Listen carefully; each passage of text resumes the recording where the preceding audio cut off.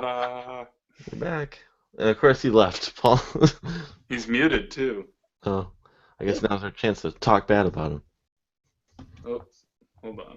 We'll pull up the chat real quick here. Why don't do that real quick since we're waiting. There we go. I had to pause the um, Mute. video because there's like Yeah. a 10-second delay on it. I guess now's our chance to talk bad Yeah. about him. We'll pull up the chat real quick here. Why don't do that real quick since we're waiting. I had to pause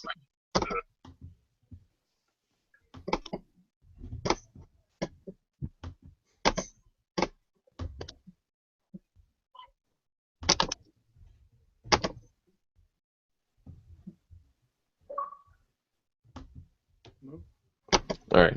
I think everything's ready here. Boom. Boom. Come on, Miracle EM Rotor. I was gonna say, Musty, I was right the one place that's seriously like Hey. a mile from the convention.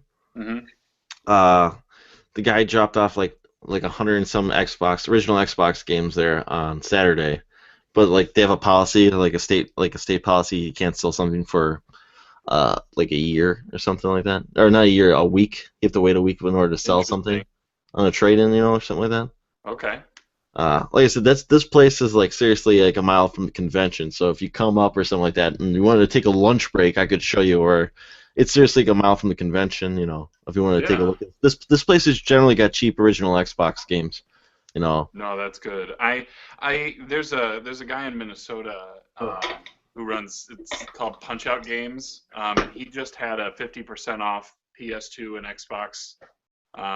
Like he had 24-hour sale, and I was this close to pulling the trigger on like 20 games, but I was just like, I don't know. Like I was like, yeah, these are all $3 titles. Like I could get these for even cheaper than half price on that, and so And like I paused plus, on it. part of the benefit also might be better just to wait for the convention because, like I said, if you're paying in cash, you can haggle with these sellers. Yeah. With the exception of one guy, there's one guy at this convention he's from Germantown, which is like a town about 45 minutes from me. Sure.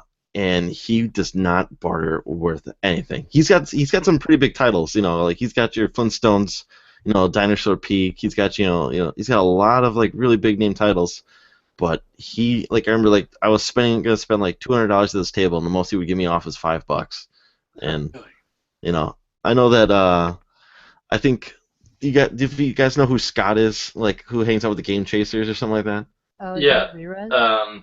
Yeah. MDF or whatever. Grimsey, I think it's just Grimsey or something like this. His name Grimsey. Oh, Too. different guy. Yeah. Okay. The guy's a bit of a turd, but he's at the convention every better. year. He got better from what I saw. I'm sorry, that guy got a full NES collection in a year. Yeah, well, and he can There's definitely money. fund. He can definitely fund that, and so that's more power to him, right? I mean that's Yeah, it's his money. yeah. Ugh, But he I know. he had what did he have? He had two Samsons and he flipped the box for one of them to fund something else. But yeah. Mm-hmm. I mean it's smart. It's smart business. He knows what he's doing, but. Yeah, but he basically gave that other Samson away to like the Game Chasers for a Conquer 64 basically, a Conquer and then something else, and I'm like, really? Come on, man, Conquer's worth a bit now. Yeah, but Getting there, it's but not. it was. Samson's like $800 now, Oh, okay. Yeah. Maybe it was cheaper at the time of the trade. Yeah, I mean, every time I see that guy, he's got another Samson with him basically, and Well, and then he got a stadium events. yeah.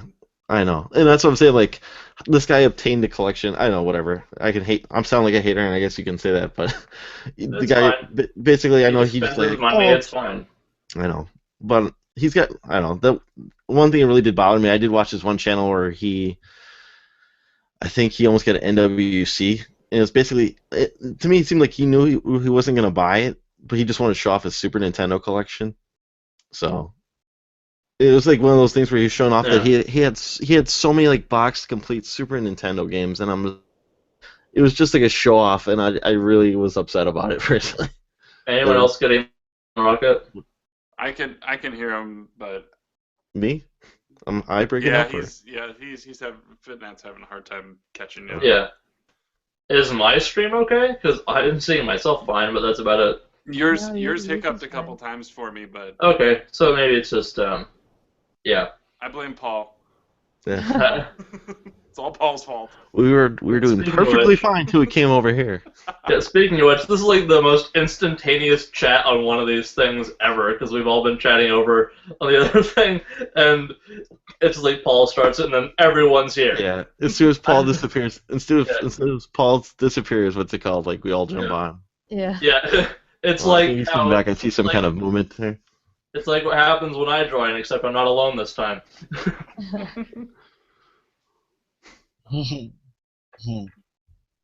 So for those of you who have been on an episode of the Cartridge Club, what tips can you give me going into the episode that I'm not supposed to be talking about?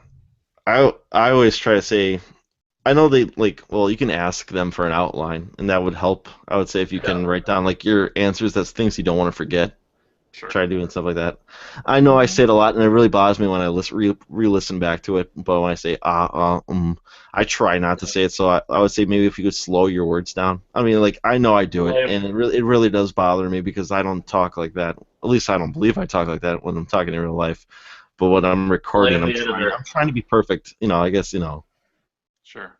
have a Blame beer. the editor. Drink a beer before you go on. Yeah. Yeah, and Well, go ahead. it's been a while since I've been on an episode because I was on episode 3 and that's it. I haven't been on any other episodes.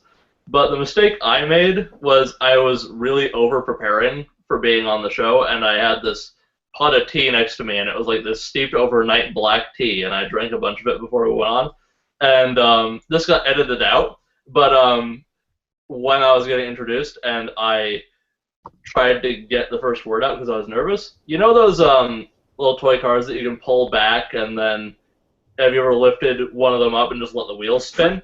That's what I sounded like, because it's just like I was holding my breath waiting to say something because I was being introduced like because I had way too much caffeine. I would say don't fart too. Everyone remembers the Metroid Prime episode. It'll become legend. Yeah. Whoever farted in that episode of Metroid Prime though was pretty good. It was a pretty epic fart. You can mute your microphone too, so it's called like I would say take it full advantage of the mute on the microphone. Yeah. On this, because they do it through Skype. Yeah. So make sure you mute it when you're not talking, so you can burp and fart and do whatever you want. So. Yeah. You actually need a lot of practice for doing that with doing these actually. I think. Yeah, this is probably actually the best thing for it, Yeah. for you. Because you won't be on video for that, so there's an advantage. But Yeah, well, and that could be the disadvantage too, because yeah, you can. here if you guys are talking, I know that I Yeah. can pause. But Yeah, I had a big problem with cutting people off and getting cut off on my episode. Well, the first when I did the Super Ghouls and Ghosts one a few months back, and that one was on video, and then it came to a point in time where it started breaking up. Well, like Brazel was on, and like he had must have had like a bad connection or something like that. So we went back to straight audio, and then it went back to being fine. So it was working awesome for a minute there, and then for when I did Fandango last time, they did video, and it was perfectly fine. But I don't know, maybe it was just someone's bad connection. Then it slowed down the whole group. So Yeah. yeah. Anyway, in terms of, sorry, go ahead. I was gonna say for Nier we were straight audio for Nier because that was the one, like I said, I jumped on last minute too because I got invited at the last minute of the week. I'm like, oh, really? I just did one recently. I don't know, but I was like, yeah, sure, I'll come on. So I mean, I tried getting a few other people to get, I tried getting P2 to ask a couple other people because I was like, I don't want to be like some Cartridge Club hog here or something. So I was like, oh, that's no big deal. So I'll ask you about the Nearcast after this, but basically what I say for the Cartridge Club stuff is don't worry too much about it. It's basically like these, but with an outline. So it's casual. Yeah, Plus, give me a shout out. I usually just like wing it, Yeah. play the game and wing it. All I heard you guys say was this is the perfect thing, so I'm okay with that. It's practice. No comparisons necessary. This is the thing, right? Is that what you're saying? It's good practice. Yeah, Practice for what? For the next Cartridge week? Club. Oh, we're not supposed to talk about it. You're Yeah, not supposed to. Dude, Musty's not supposed to talk about it. We can talk about it, but Musty's not supposed to talk about it. Weren't we not supposed to talk about Cartridge Club either? Isn't that the first Yeah, rule? that's like Well, the yeah, first that used to be the first rule, first and second rule. Yeah, and Yeah. then Leftover Bits did the Breakfast Club episode, and then they changed their theme to the Breakfast Club. So You know, I'm kind of disappointed in is that STC Pod doesn't do Tiffany anymore. I always thought that was pretty. I thought it fit the show for a minute there too. yeah, Yeah, so are you gonna be on the next one there, Paul? next what? STC Pod episode or what? Yeah, I'm always on the next one. The next one 'Cause coming up. you were in the waiting room apparently this time. They're just trolling me. Oh, Yeah, because I wanted to be on it before, but they had like 1,000 other guests, random two dorks, whoever those guys are, and EM a few times. It's all funny, but yeah, they just like to razz me. because you were saying you're in the waiting room. I thought we were gonna get to hear you this time, but I guess not. No, not this time. No, Bill just likes to have a laugh. He really gave Joe the business this week. I'm waiting for my opportune time. To listen to it. I It was a real ball buster episode, I thought. Oh no, I listened to it, Oh. but I guess I'm waiting for my time to Mhm. be on the club or be on the STC. I've made a few late cameos, fashionably late, to the big group episodes. Hey, at least you've been on there. That's something I still haven't done yet. Yeah. No, it's fine. You don't want to force your way onto a show because then No. it's going to be awkward. So, yeah, I'm building momentum. So, maybe episode 100. So did you guys do pickups? Yep. But actually, I've got one I didn't show. It's not a video game thing, but I got it after I showed mine. But I can show mine again.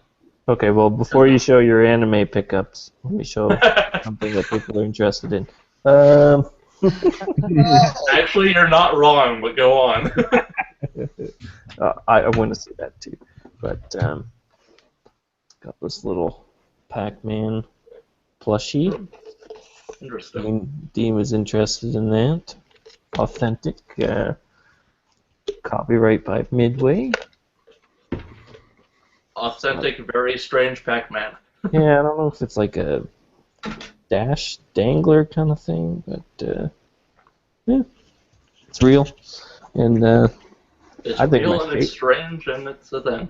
my favorite find was the Sonic the Hedgehog radio Ooh. alarm clock. I kind of like Oh, that. nice. That's pretty cool. Exclusive to Sears catalog in like 1 year. So now there's some cleaning up to do. But Was that a thrift shop find? Or thrift shop? Yeah, and they gave it to me for $20. Not bad. Don't tell Dean. I want him to know that it's a full value trade. I mean, it's sometimes the finds are worth more than games because you won't. I can't even see this on eBay. Nobody's listing it. I had to research. So yeah, it's got the a little bit of fixing up to do. But You know something rare? You can't find hey, it on. you know what, Yoshi? This is my time. All right. Show your piano later. All right. just can you mute him?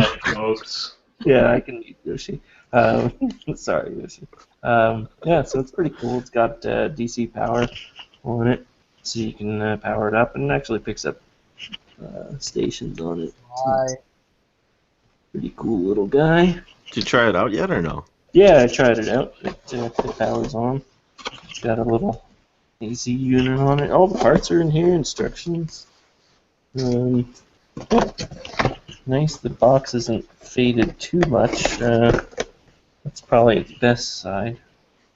But, yeah, apparently it was only available at like Sears for $19 95 or something like that. So pretty cool. Pretty cool on the road find. So there's that.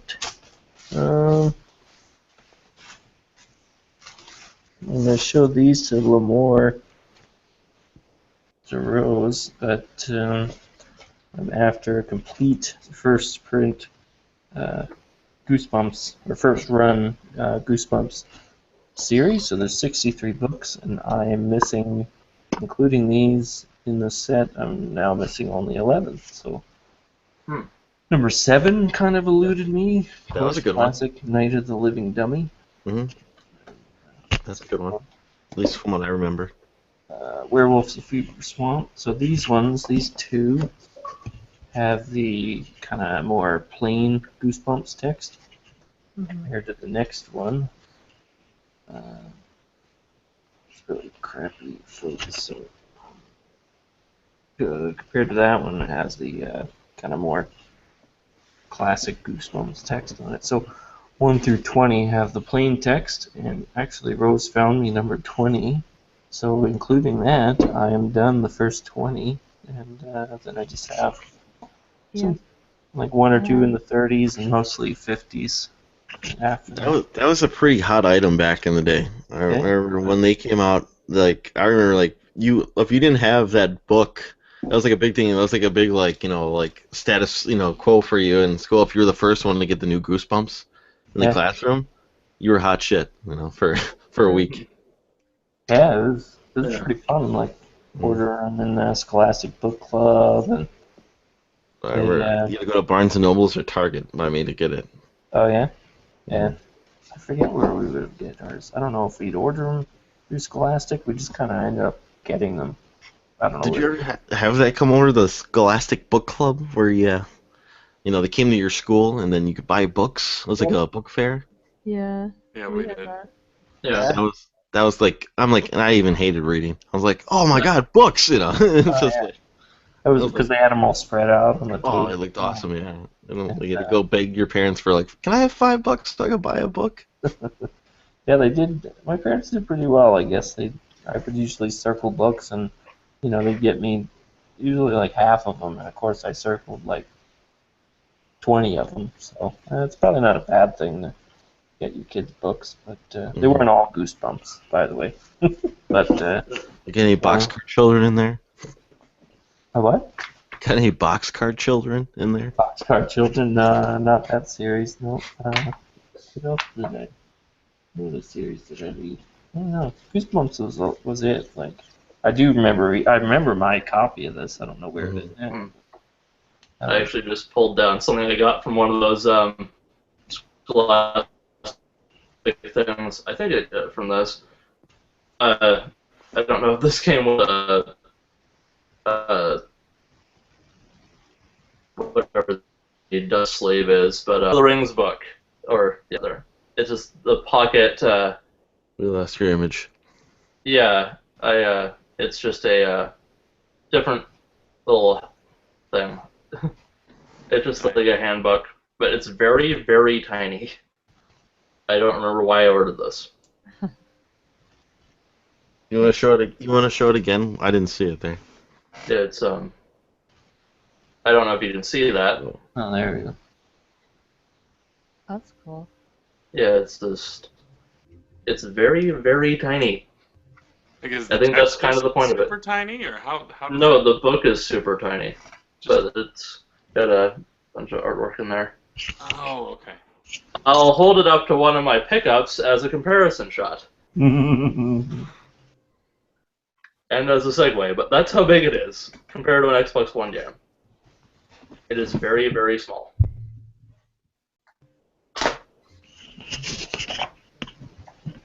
Hey Yoshi, are you still in the one console challenge or no? Yes, I am. They awarded you grace that you're still allowed. Yep, I'm allowed. Well, I might end it in April. I might end it in April. Not because like the PS4 was like a bad choice. It's just that like I have like friends coming in from like out of town, plus the convention, and like the convention, there's so many arcade games at that convention and everything too. It's gonna be so like hard to pass up to like not play anything, you know. I went to MagFest and didn't play anything. Well, I here's the didn't thing. buy anything either. Well, here's the thing though too is it's like everyone's got their side bets, and I don't have like any side bet going with anybody that I can outlast them. So it's like what's Well, it's, I made a side bet with myself. hmm Well, it sounds like what was it? Was it Mars throwing a game at everyone who completed it? Was that? Didn't I see that somewhere? I Yeah, think that but was just a recent thing. Not sure if that's true. Throwing a game. Like he'll buy you a game if you get through the whole thing. Oh, they're doing prizes now? I don't know. I thought I saw it on Twitter. Or you'll just get a bunch of copies of ET and literally throw them at you. Well, I would have been in for that. well, he was joking about it being a free to play game today, but you know, Oh, Yeah. He's gonna give you a games with gold game. yeah. Huh. Well, because I think Joe is like like not liking the decision anymore, and I think Curtis was debating quitting too, but I'm not sure. I don't want to put words in his mouth. But Joe's got such a library that if he just would Buy rent proper a little games. bit, right? I mean, if he went and got, I know he played through Zelda, right? hmm Yeah. I mean, he could. I mean, we were just hearing what Kevin was saying about the price of Super Metroid right now in Canada, which is absurd.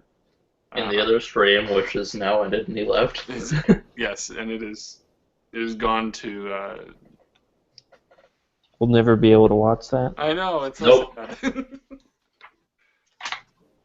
Hey, It's we really missed out on a violent. 4-hour episode.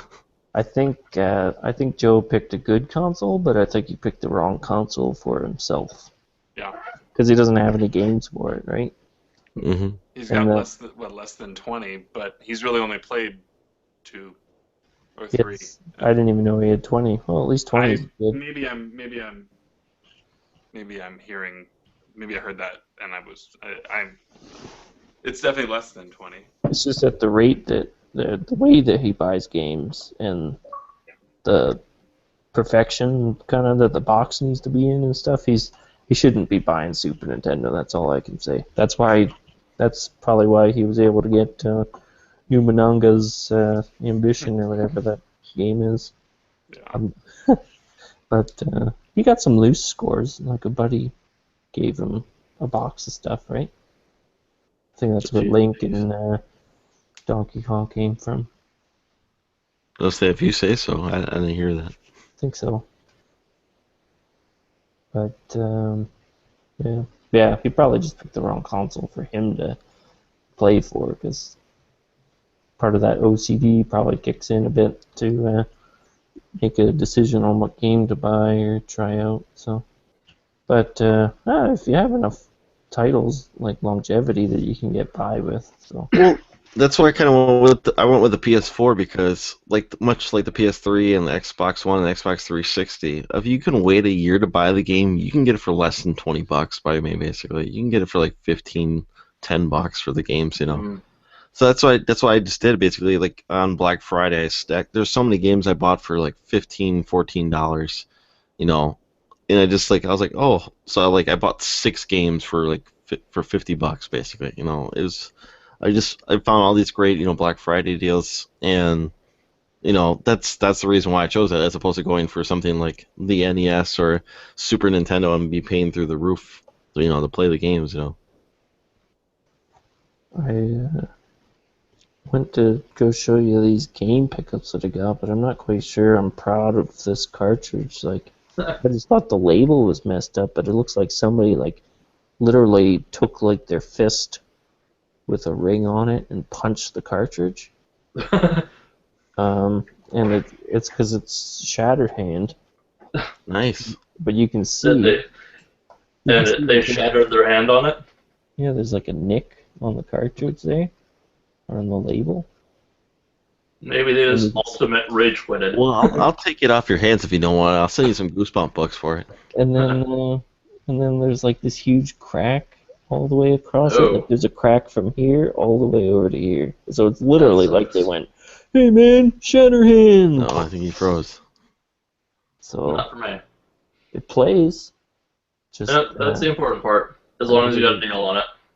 this is from a buddy. He gave me a good deal, but and then the edge of it, like look, somebody wrote their name on it. And then they scratched the hell out of it to scratch the name out. You can see. Mm-hmm. Nasty. And then It's always irritating. then picked up Joe and Mac 2. I need to play those. This actually isn't very good for two No. players. Me and Dean were playing it. It's probably good with one player, but two players, Yeah, it's pretty bad. it's the problem with Super Nintendo side scrollers or co-op games, or they love to make the sprites huge, which takes up like a quarter of the screen. So Yep, Battletoads and Battlemaniacs. it's kind of crap. Well, even then, like they at least make they're at least a little smaller. Like these guys are huge. Like and it feels really floaty, and yeah, it was okay, but it'd be much better as a single player game. So anyway, that's all I found on the road. These old things. So all right, that's enough about me. Yoshi, what do you got for us? Did you already exhaust yourself with showing off? Really don't have that much, but Grand piano, elephant. oh, gee. Ooh, we're closer to the game shelf, it looks like, hey? Yoshi, where's your futon? Yeah. You Japanese futon. Yeah. The correct futon. Yes. Yeah, I don't know if that... I think I recorded... No, I recorded the first one, and then that was kind of a bust, and so I deleted that. And then Yoshi and Rose ended up being on just a non-recorded Google Hangouts, and that's when Yoshi was lying on his futon or a old display. What is Oh, that? I should put the picture up. Whoa. Yeah, share the picture. Yeah, I haven't seen this. Let me see it. Nor have I. Yoshi, do I have your permission to share the picture with this group? Who cares? Just do it. It'll be funny. Oh, now I have to find it. 1 second. But yeah. Okay, don't present yet, because I don't have the picture. Or just keep doing that to annoy Yoshi because he's trying to show things. Oh. Oh, it's Yoshi's show and tell time. Yes. Or showing the same thing over and over again. Amiibo. Which comes with. I think the other way around. That game comes with the amiibo is the way it's supposed to be. Yeah. Really? Yeah. Yep. Eric, how's it going?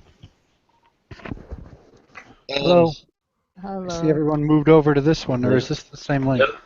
No, No, this is the new one.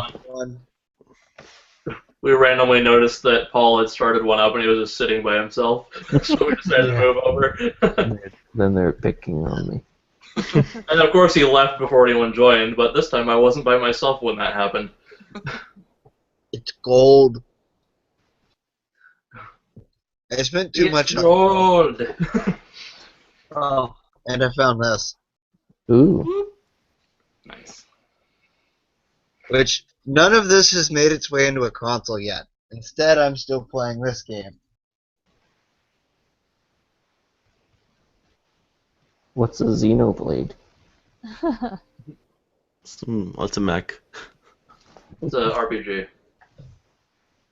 Yeah. Yep, That's it, Yosh? pretty much. Also a cat. Cat sleeping.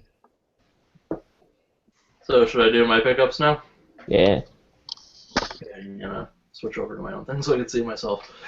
Anyway, I already showed this. Okay, now I'm being presented. Anyway, I already showed this, but Mega Man Legacy Collection. I forgot they had the stickers and stuff. Anyway, and Transformers Devastation. And that's it for game stuff, but I'll get into the... There's only 2 other things, don't worry, and only one's anime related, and it's not even an anime. Reservoir... Reservoir Dogs on Blu-ray. I tossed that into that other order because it was $5. I figured why not. And this says the exclusive one to this stream that I didn't show on the other one, which no one will ever see anyway, so it doesn't matter. But novel Legends of Galactic Heroes, the first volume of it, which just came out today. This is it's a Japanese novel, but it's an actual novel. It's not a comic.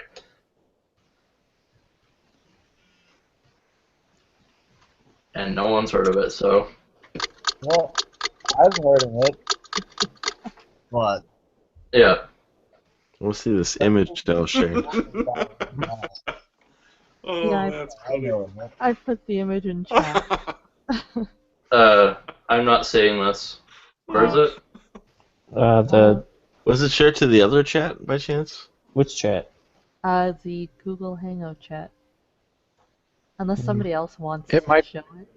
I think it was sent to the other Yeah, one, but I think it is the chat from the other call. Yeah, which Oh. I don't have up anymore, so I'm. I have my completely phone right here. I dark found on my phone. Get with it. Oh, how many chats do I have up? Oh, jeez. Just send it to the one where I had the last comment on there. Oh, let's see. Oh, great. Everyone's gonna see the picture. Oh, you love it. Don't pretend like you don't. Funny. Draw me like one of the French girls. How Still much not. he cares, it depends on how many power-ups he's had before the stream. Yeah. That should be your new Twitter logo right there, Yosh. No. Yeah, I still haven't seen this. Oh, great. Yeah, you need to put it on our YouTube chat or the Google. Put it on the correct chat. Hey, Paul, you can use this as like the thumbnail. I can't Yeah, even this find is- the correct chat anymore. I have too many windows open. I have a feeling what I just did is going to end up being a screenshot Should I send somewhere. it to Twitter? I could probably put it on Twitter. Oh, great. Yeah, just put it on Twitter and tag everyone. Okay. Yeah. I don't want to scroll. I might print it off and take out the slipcover to the actual Titanic DVD. Just use that. Oh, But I'm still not seeing it here. Right. Actually, I've got a. I don't know if anyone saw the tweets I make where it's like the odd Netflix recommendations where Netflix will show you, here's a recommendation because of your interest in this thing, and they make no sense. Yeah. They recommended Titanic because of my interest in Braveheart. That makes perfect sense. Yeah. I mean, think it is Oscar season, right? Yeah, they will not give up recommending Gilmore Girls to me. They've recommended giving me reasons for it, but they have not taken it off my list.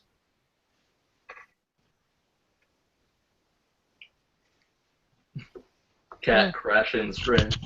Yes, she is. Hey. Hi, Kitty. Okay, there, it's posted. It's in the chat. Where? On Take the Twitter? chat. oh. God damn it. Which chat? I don't- Hold on. The current one? The Hangouts one. Yeah. The one where Paul's Not, confused. not the 'cause he's YouTube still one, not the seeing Hangouts it. one. Oh, okay. the YouTube, Whichever. The Hangouts one. Oh, I'm completely confused. Oh.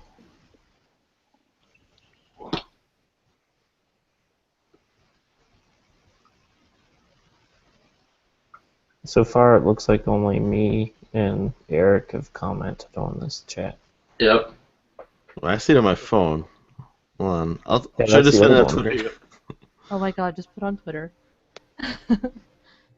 Yeah, so that's I'm like, I've lost too many chats. you gotta close out of your chats. I can't. Are you doing this all on your phone? Well, okay, I can. I'm just being lazy, but I'm gonna take a short break, and hopefully you guys will figure it out by the time I'm back. I shared it like 5 times.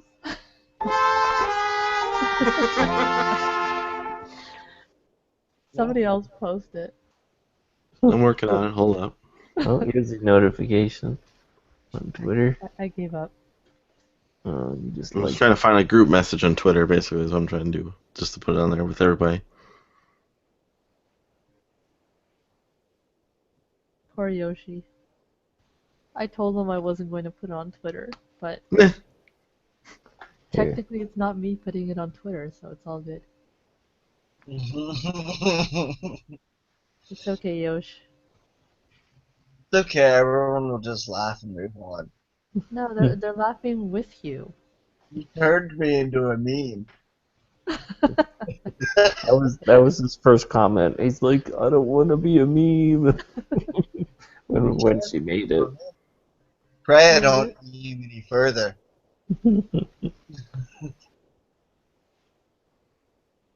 Fun plastic girls. You'll live forever on the internet. So Eric, what's your fam up to? Melissa's out with the oldest girl. I think they're doing some shopping now. They were at gymnastics, and I just put the other two to bed. Oh, nice. So it's pretty quiet, except my middle child is screaming about not having her tablet.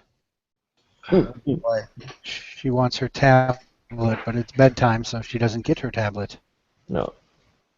sounds like I don't know. So is that a problem? Like, what do I have to look forward to, or what words of wisdom can you give me for a daughter that'll be older like yours someday? Well, I don't know. I don't know if I have any wisdom. Just expect, I guess, it happened sooner than I realized that they're gonna just think you know nothing. Yeah. Oh, Dad, you're old. Yeah. Yeah. I wasn't expecting that till teenage years, but already my 8-year-old is doing it. So. What movie was that? The Heat. Anybody watch The Heat? When, Sandra Bullock. yeah, Sandra Bullock and Melissa McCarthy. Who's the guy that plays Biff? Tom. Anyway. Thomas F. Wilson. Yeah, Tom Seth Wilson. So he's in that movie, right? He's the. He's talking about his kids. He's like, my kid calls me Grandpa. How old do you think I am? He's like, I don't know, like late 50s, early 60s. He's like, I'm 43 years old. And I have gray hair. I just think that's a funny moment. He's a pretty talented actor. Yeah. Did he If you do want to see- You check your Twitter now, Paul. You should be able to see it on there. tweet? Alright, news feed. Oh, there we are, yeah. Yeah, she did show me this before, but I just wanted to be part of the conversation. Nice.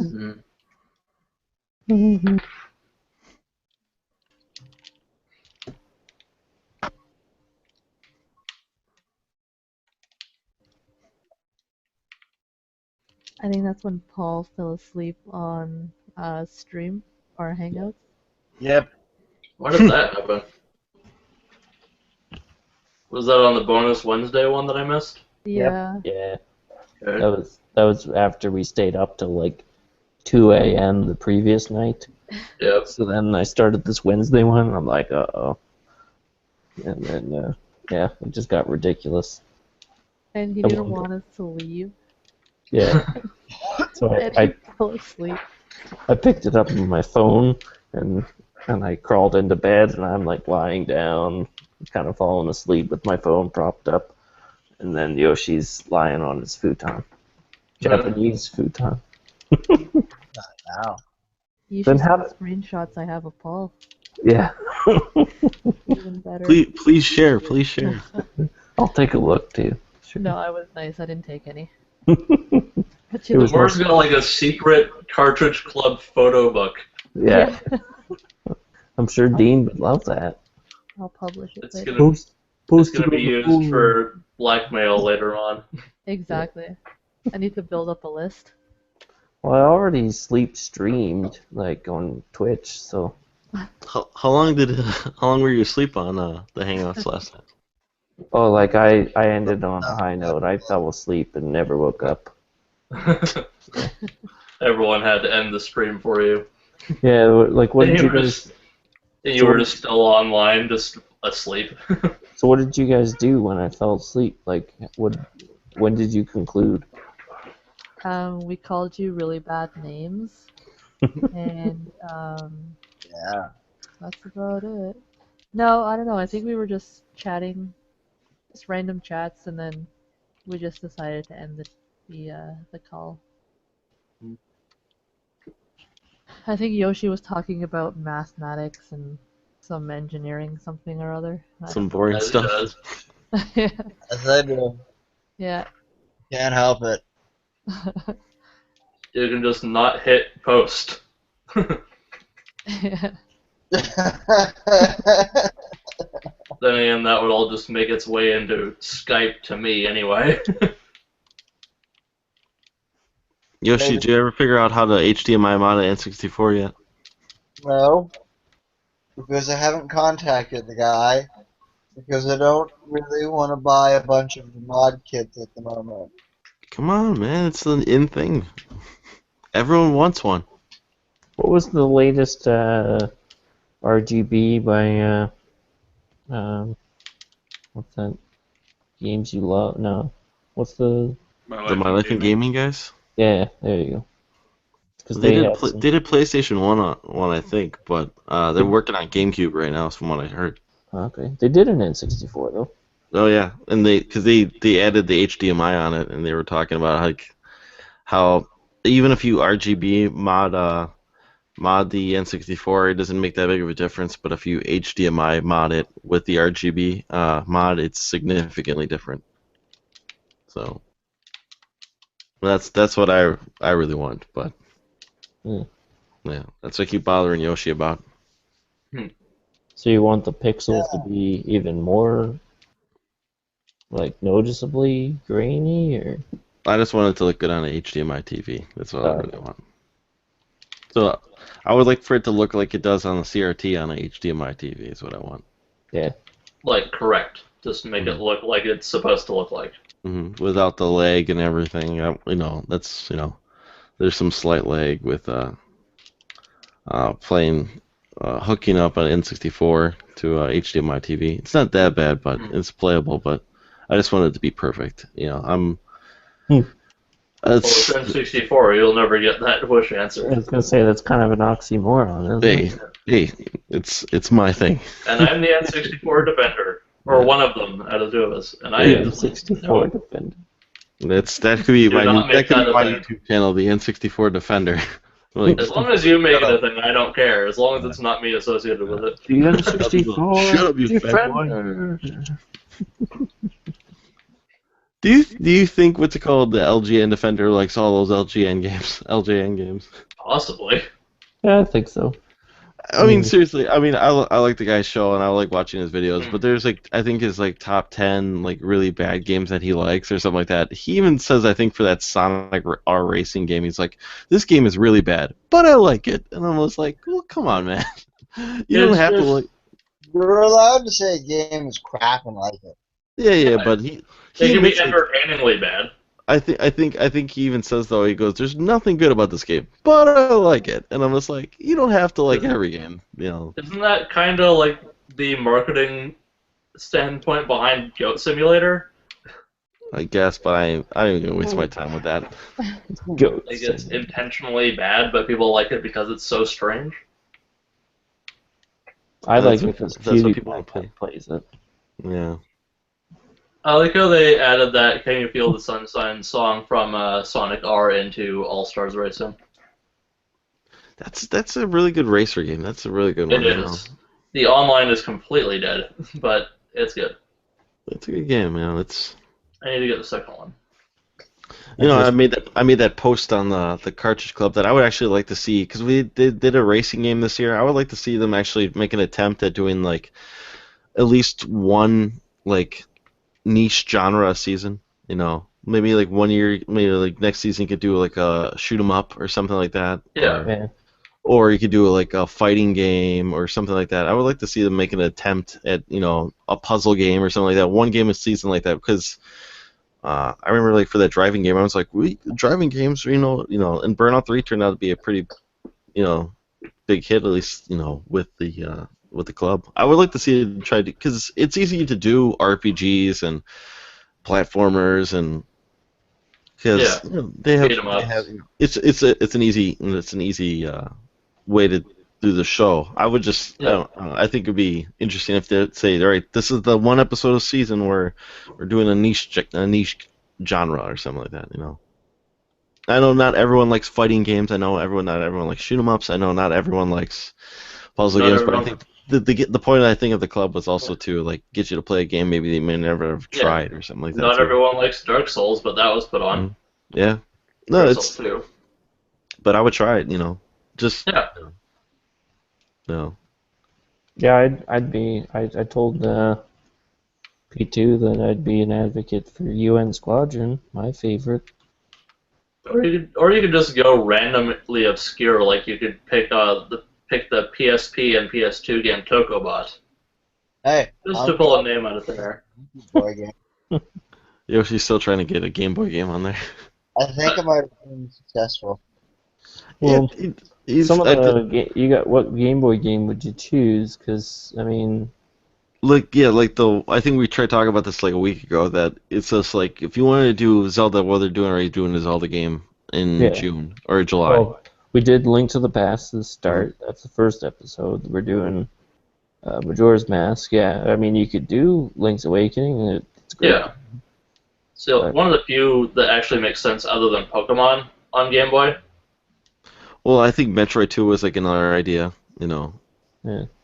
Well, Yeah. then I had Super Metroid too. I don't know if you're gonna do Game Boy, why not Pokemon? Because that's pretty big. Yeah, it's Isn't that kinda where the it Game comes Boy from? game. Yeah.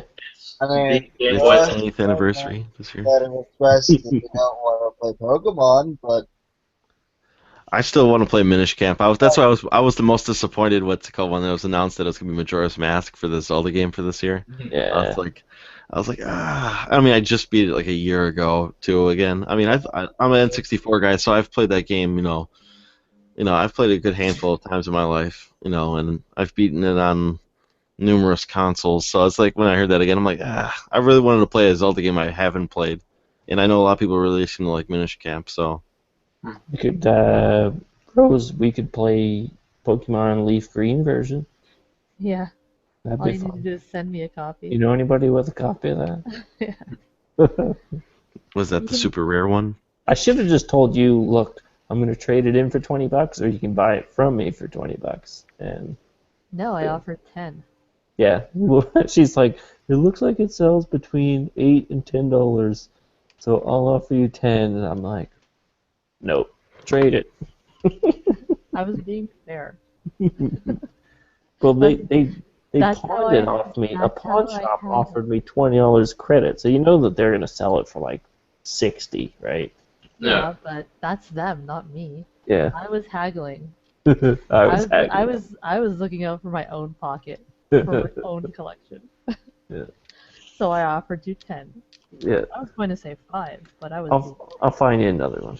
So you complete my Goosebumps collection. We'll find you a Leaf Green.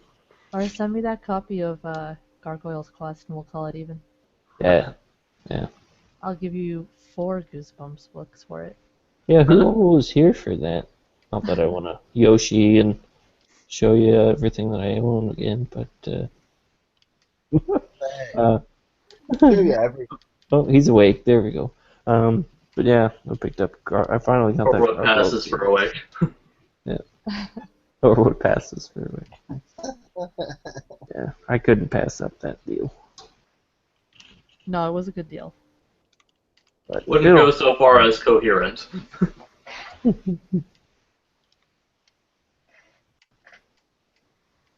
Eric, how's your webcam situation going?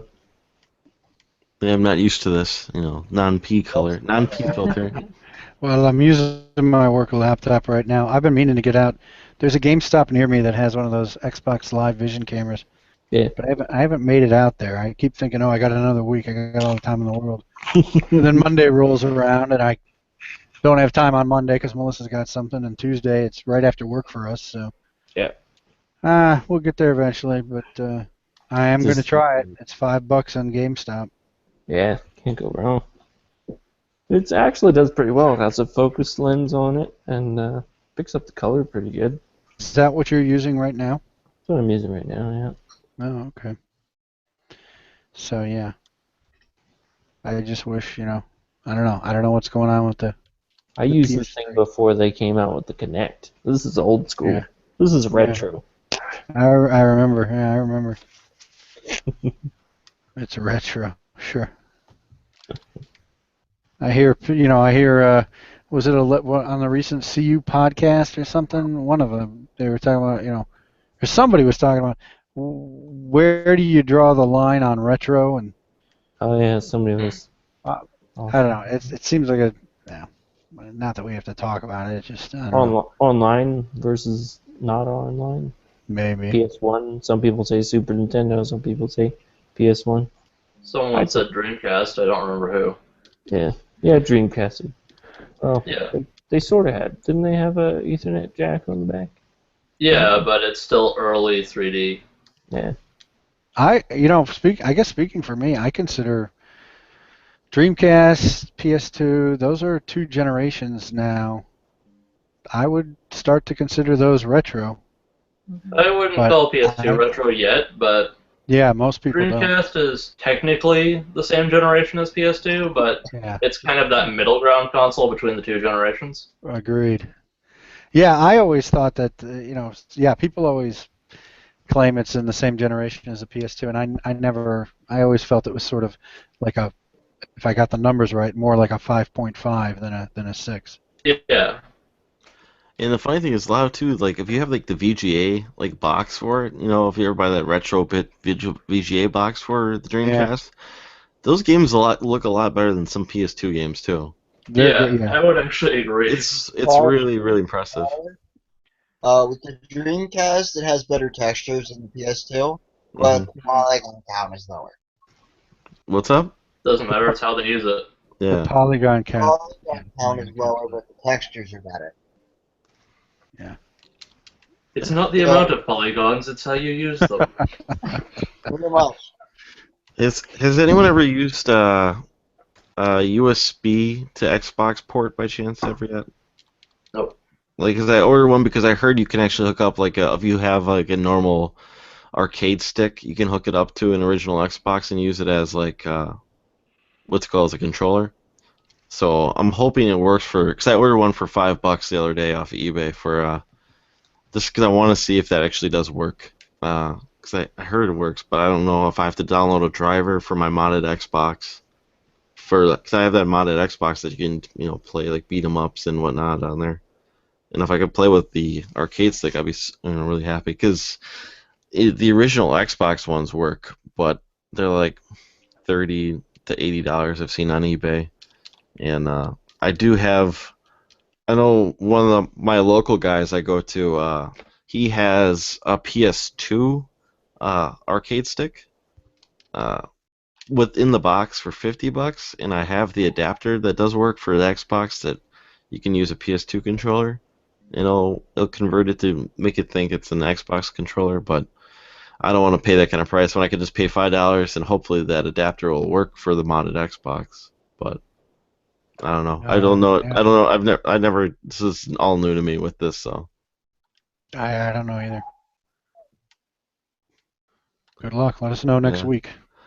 Yeah. Or Well, whenever you get it. yeah. Who knows? Hopefully it comes sooner, but I think expectation time's the 14th or 16th or something supposed to arrive. So. Oh, okay. Yeah. Musty, do you mod an Xbox? Do you have a modded Xbox? Not yet. I'm because I just picked up those two. One of them, like for the soft mod, like it has the right desktop or the dashboard version, but the other one has the bad disk drive. So I'd almost rather soft mod the one with the bad drive and just just make that just a straight emulation machine. So I'm not wasting a good drive on that. Is that because the drive just doesn't open or what? No, the drive opens just fine. It doesn't read. Oh, And okay. it's one of the bad. We mentioned last week that there's the different drives on there, and it's Hmm. one of the like I think the manufacture date's like '03, so it's within the first year. Hmm. Um, and so it needs. I almost need to take because I have two of them. I almost need to take the good drive, move that over, and then update the dashboard, and then switch it back, and then do the yeah. Like there's a way I could do it. It wouldn't be that difficult, but I need a Hmm. copy of Splinter Cell first to be able to even consider doing anything. You really don't need it for that. You just need to hook it up to. If you have a PC that has a IBE hard drive in it, that's all you need. You don't need to have a copy of Splinter Cell to do it. Okay. Yeah, Yeah. I think my PC's new enough that because I Yeah. use SATA 4 cables on those. Hmm. Yeah. But yeah, like the newer drives don't really have that IBE port on the back, so that's why you have to have almost an older PC to do it. So Funny thing is, I just disassembled two PCs that I took from my parents because they were like, "Do something with these," and I was like, "Well, I'll at least take the hard drives out before I rip them to mhm. pieces." And if I had left them alone, Oh. this all would have been easy. I saw that some guy made a video where he put like a solid state drive in the Xbox or something like that. You have to have like the SATA to IBE cable or something like that to do it, and I was like, I mean, that has to be awesome too. I mean, like the load time would be like nothing if you put like a solid state drive in your heart, and then you don't have to worry about it for about 10 years or so, for your Well, Xbox, because solid state drives are good for when you're going to read a lot, but if you're constantly writing to it, it will wear out quicker. I don't know, but it would be better than probably the model hard drive that's in the original Xbox. The 10 gig one. Yeah. Well, Yeah, that's style. I'm trying to remember what the style is for those ones or something. just a regular laptop hard, a regular desktop hard drive. Hmm. Yeah. Oh. One of these days I'll get to it. But like I mentioned, I'm trying to budget for Milwaukee, so I'm trying to save every little bit that I can. Um, It's I'm telling you, it's worth it. Even though they raised the price this year a little bit on the admission, I saw that the other day when I looked at the ticket prices. It's a little bit more expensive than it was last year. yeah, I'm probably just gonna go Saturday. I'm probably not gonna do Hmm. the I full. don't blame you, but like I said, see, I go both days because well, Sunday is the day if I grab anything, it's just like leftover scraps, But Saturdays of the day, like the more serious day, if you want to get something, if you're looking for something, Saturday is the day for that. Sure. Sunday's the scrap day, and then But like a complete in-box copy of Final Fantasy 3, I'd probably be best served making sure that I pick that up on Saturday if that's what. is that on your top of your list of what you're looking for? Yeah. That's Yeah. number one. I mean, for Super Nintendo, it's loose Chrono Trigger or complete in box Final Fantasy 3. Is that like your favorite game of all time, and you just want to complete it, or? I want to complete my whole Final Fantasy, like all of the mainline home console Final Fantasy games this year. That, Hmm. that's my like side goal, and so that's the big one. If I can get that, I think the rest I can kind of coast through for the rest of the year. Well, you should be able to get a loose Chrono Trigger. I see that basically. Yeah. What's the top Super Nintendo you need now? The top one is Chrono Trigger's number 2. Final Fantasy 3 is number 4, and then I have a lead on Mega Man X, so I should have that within the next week. So do you know the top five? Uh, you know what? Link to the Past is number 1. Okay. There's Link to the Past, Chrono Trigger. 3, I think, is shoot. Let me just pull it up real quick. Whatever it is, you've got it though, right? I have it, yeah. The only ones I'm missing out of the Metro? top 10 are the Final Fantasy and Chrono Trigger. Okay. So Mega Man's not in the top 10, huh? No, Mega Man's 12. Earthbound's 13. There it is. Yeah, so I'm not in any rush. Let's see. Number 3 is Super Metroid. Okay. Number 5 is Super Mario World. Okay. Well, that's Yeah. Those are the top 5. It's just a matter of which order, you know. Yeah, I mean It they're would seem the for most staples, people. right? I Yeah. mean, Street Fighter 2 Turbo is 6. Mario, Oh yeah. Okay. Yoshi's That's up Island there. is 7. Mario Kart is 8. 9 is Star Fox, and 10 is shoot, where are we at? 10. Super Mario RPG. Okay. This is the IGN list is the one that I go with, and I know that I say that and some people roll their eyes, so I understand. It's all right. It's just you know, I mean, somebody's list.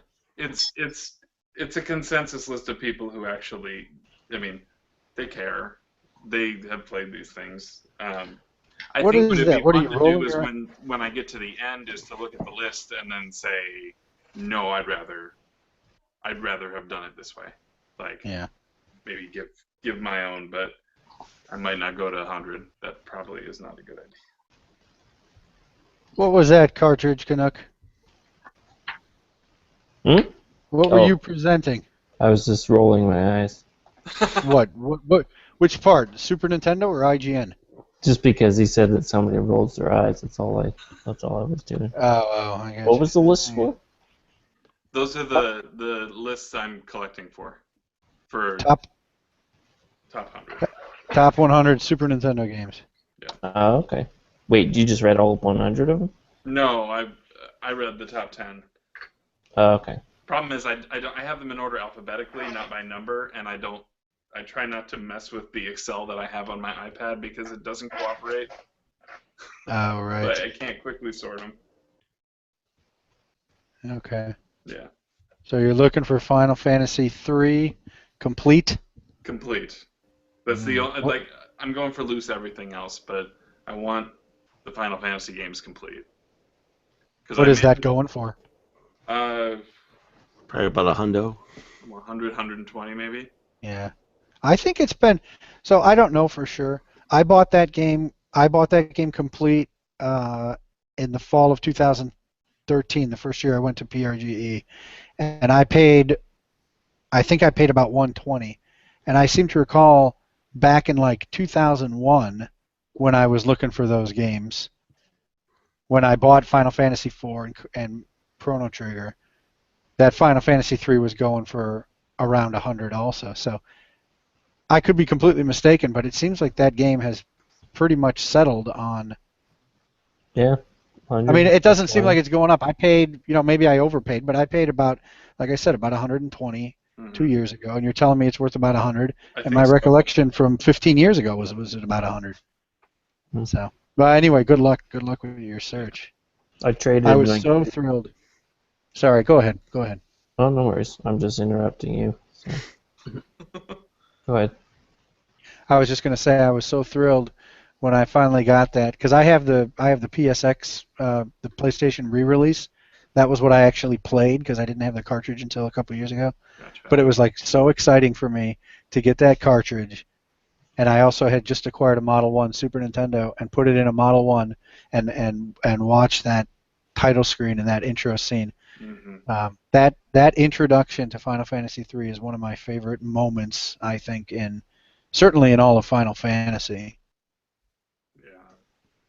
Well, and that's the thing is I love the series, and then I skipped this. I skipped the Super Nintendo, and it's and looking at it now, like it was 7 and 8 that got me back into it, and then I never went back to look at those. I have Anthology has 5 and 6 on it, right? Yeah, that sounds right. Yeah. So I mean, I have it. I can play it. But I would much rather play it on this. I agree. Yeah, I felt the same way. And boy, playing it on the PlayStation, those load times at the battles are a killer. Yeah. I played the whole game with those load times. Probably added, I don't know, 10%, 15% longer to the whole game. That's pretty brutal. It probably added several hours to the total playthrough.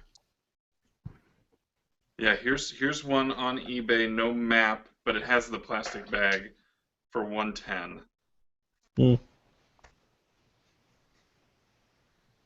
would rather not eBay that one though. That one I think I need that one to mean a little bit more. Do you go for the plastic?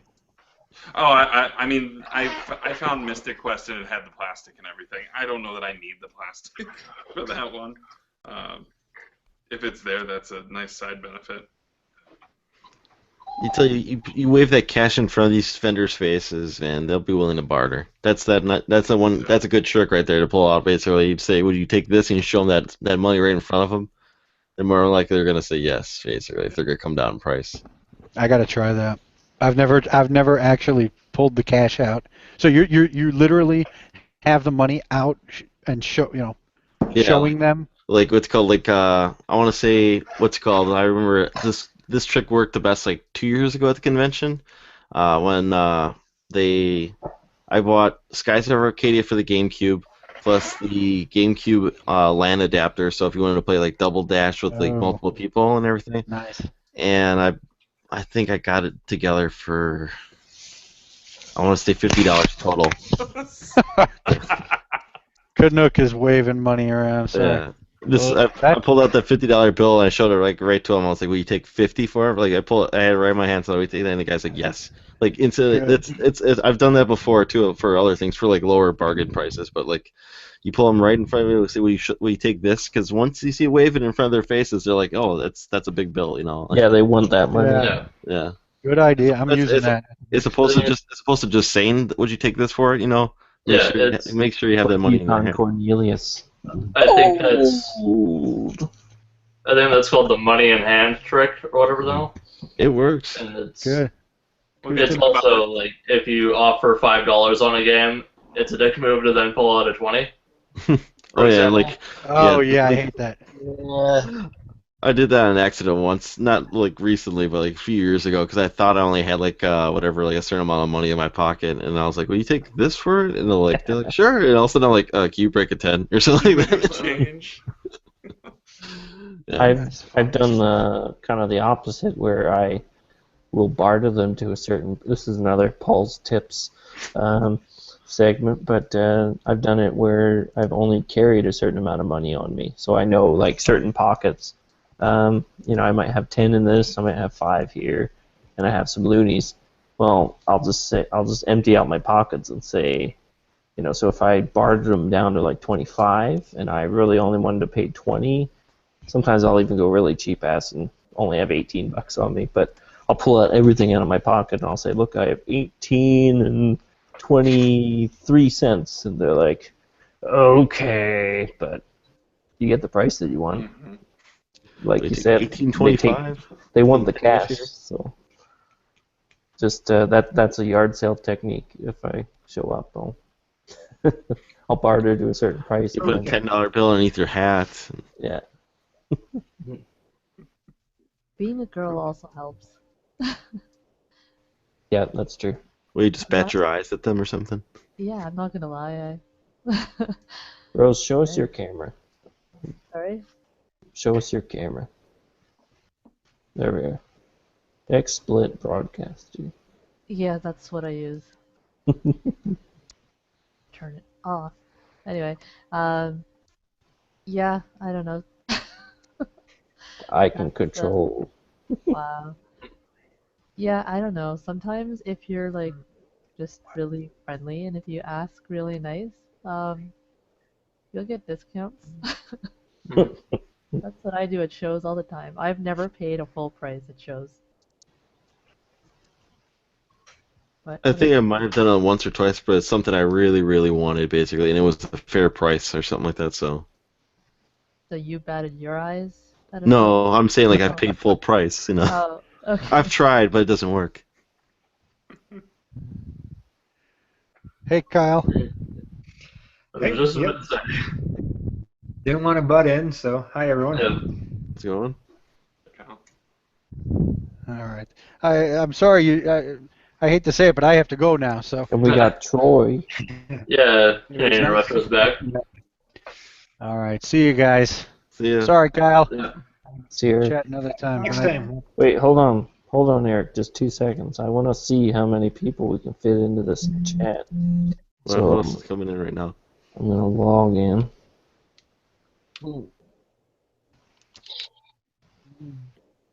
No, it's not gonna let me. Well, All right, you can go. The Okay. experiment has ended. Thanks. All right. Good night, guys. And Lamore. Good night, Love everyone.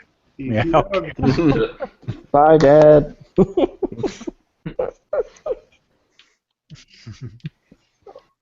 Uh, Yeah, isn't there a limit to Hangouts? How many people there's can- never a limit.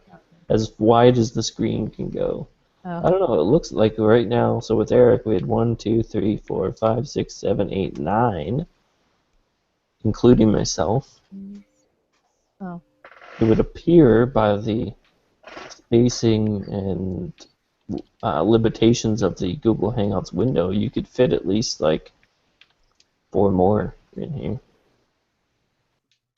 Be interesting. interesting. So Kyle, what kind of crazy pickups do you have? Not much recently. Finally Earthbound. got Alan Wake, Huh? Bully, a couple like dollar games. They weren't too special, but yeah, it's been pretty lame or pretty tame lately. Yay. Classic Yoshi. Sorry, I got a tentacle. Yoshi. What? You got it. I'm doing missions, and I had to farm a blue electric tentacle. Good I'm job. assuming you're talking about Xenoblade, otherwise I'm very confused. Yes, yes, I am. Clickety click click. Xenoblade Chronicles. It was perfect timing because as soon as you made your statement, it somehow cut to Musty's face, but it was quiet, and he's just like,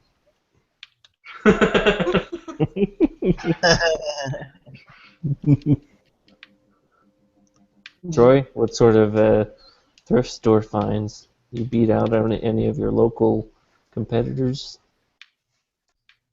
Sorry, that's Canadian retro for all those people that only go by the screen names.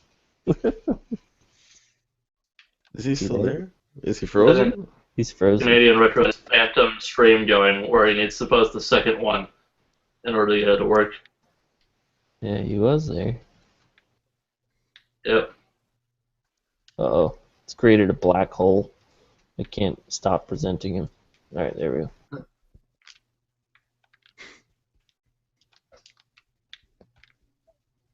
Rose muted her mic. I'm always afraid to unmute people. And So you then, hear- what if they're like yelling at each other? Oh. So Troy, if you can hear us, do what you usually do to get your stream to work. Well, I didn't know you had that kind of power because, well, Mars apparently did that earlier, where he muted his mic to yell at somebody or something. So, Oh, yeah. yeah, So I should On take the secret stream. yeah, on the secret stream, the no riff raff allowed stream.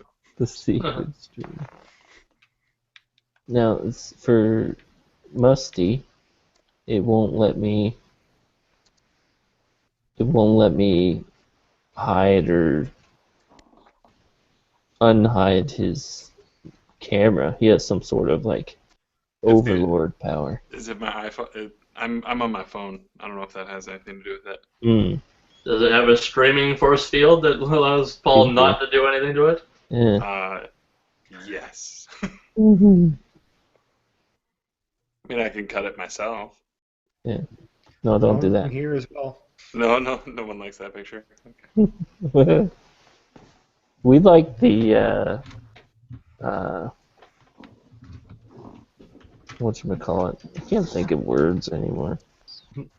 Lord of the Rings cosplay. Yeah. That was a good one. Or when Yoshi cosplayed as Hagrid, that's a good one too. Wait, that's all the time, right, Yoshi? Oh, here we go. I tried switching my I am camera. not Here. hanging. Here we go. Lying down on the futon. You're a wizard, Yoshi. Let's have a good hag to go. Poor cat. Troy alive now? Oh, he sort of joined, but now he's dead again. Alright. This picture is just frozen in a different pose. So did you guys already talk about? There we go. There's a movement. Did you guys Partial, but movement nonetheless. It's working now. There he goes. He's getting faster. That internet is getting better. Did you guys already talk about the whole ColecoVision thing?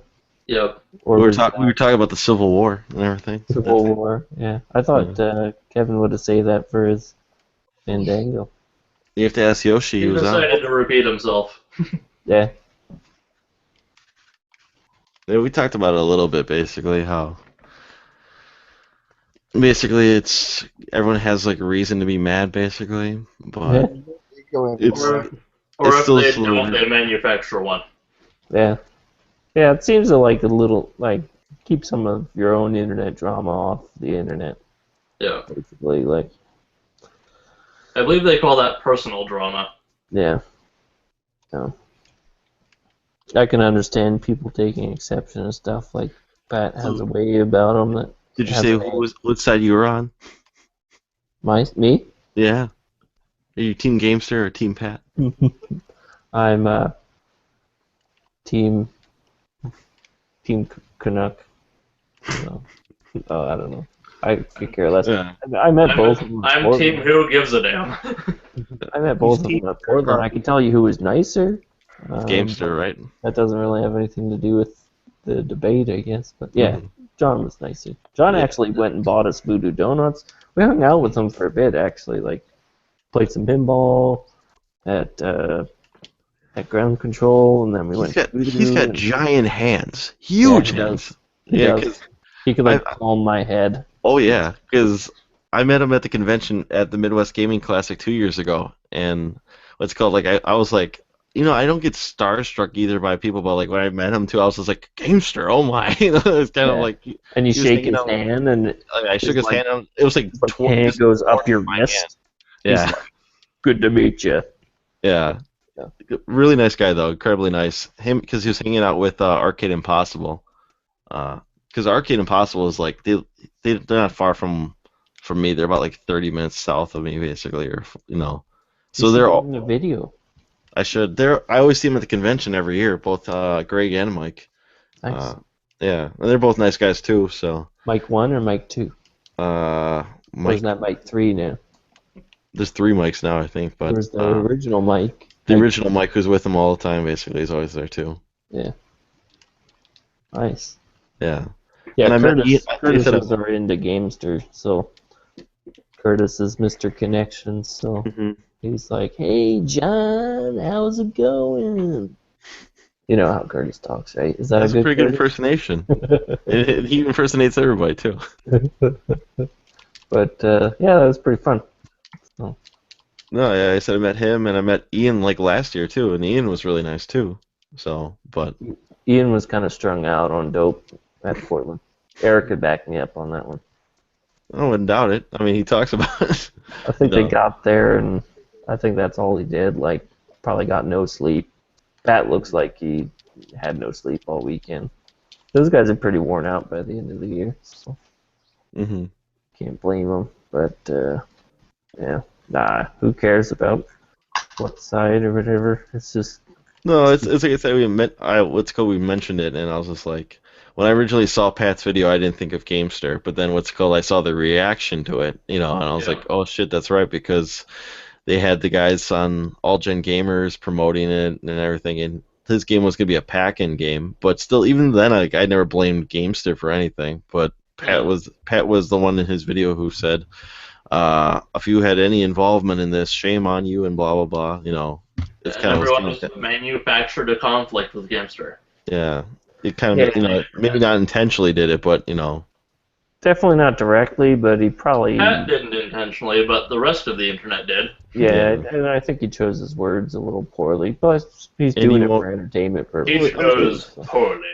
Mars did say though, he goes, it should be interesting because they're recording tonight for their new episode of the CU podcast. So if people, hear what he has to say after, this one and whatnot, because even Gamester came out and said, "Oh, it's called just stop attacking Pat," like his fans to stop attacking Pat for, for saying stuff. But Yeah, that's the problem with the reaction videos, because now everybody's watching him, and he probably feels even differently now than he did when he filmed it, because he just wanted to get some heat on, or some, what am I saying? He wanted to get some steam off.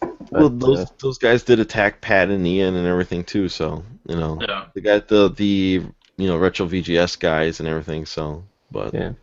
so Pat was probably angry about that. So And he's either naturally or by, over the years and on YouTube and stuff, he's kind of got a big chip on his shoulders. So that kind of guy, you just want to kind of leave alone, because you get him riled up too much and just might take exception to anything. So, oh well. But yeah, no, Pat's nice enough at the convention and stuff.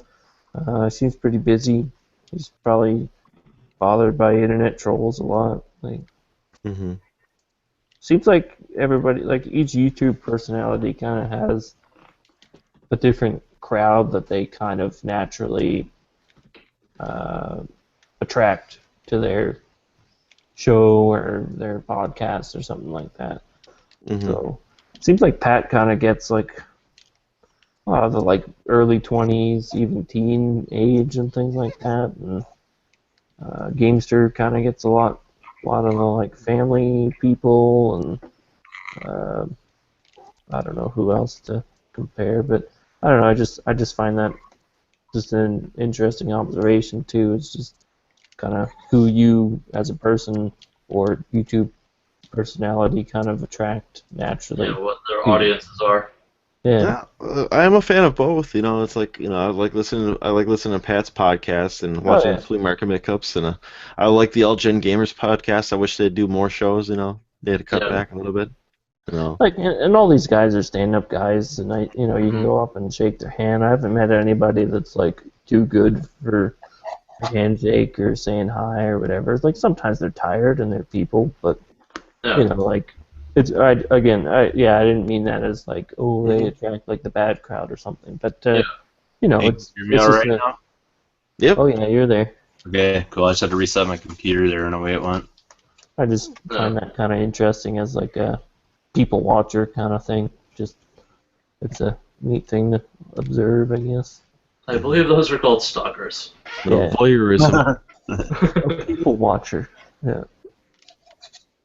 So anyway, yeah, it's. Do you people watch from the bushes with binoculars?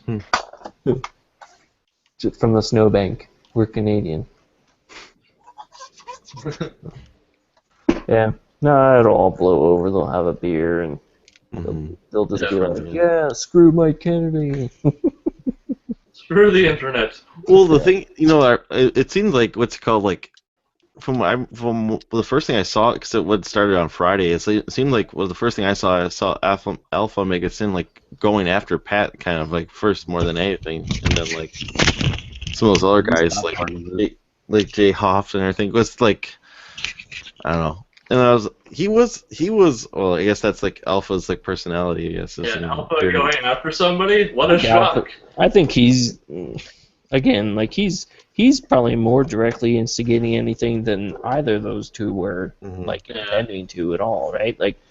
Pat's video was just a rant against anybody that touched this thing because he just thinks it's a scam or something.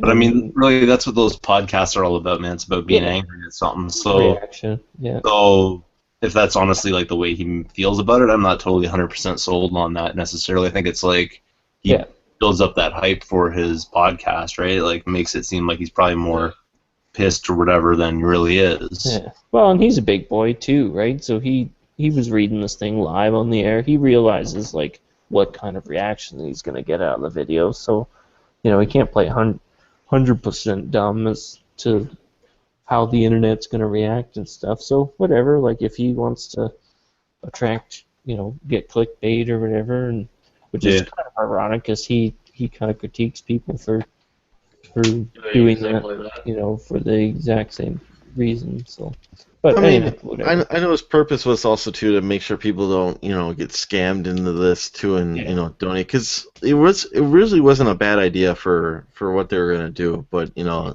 then they're doing all this sneaky stuff on the side, Well, I think they just got desperate, and instead of getting desperate, they should have just said to people like, "Look, we'd like to make this thing. We don't really have the money.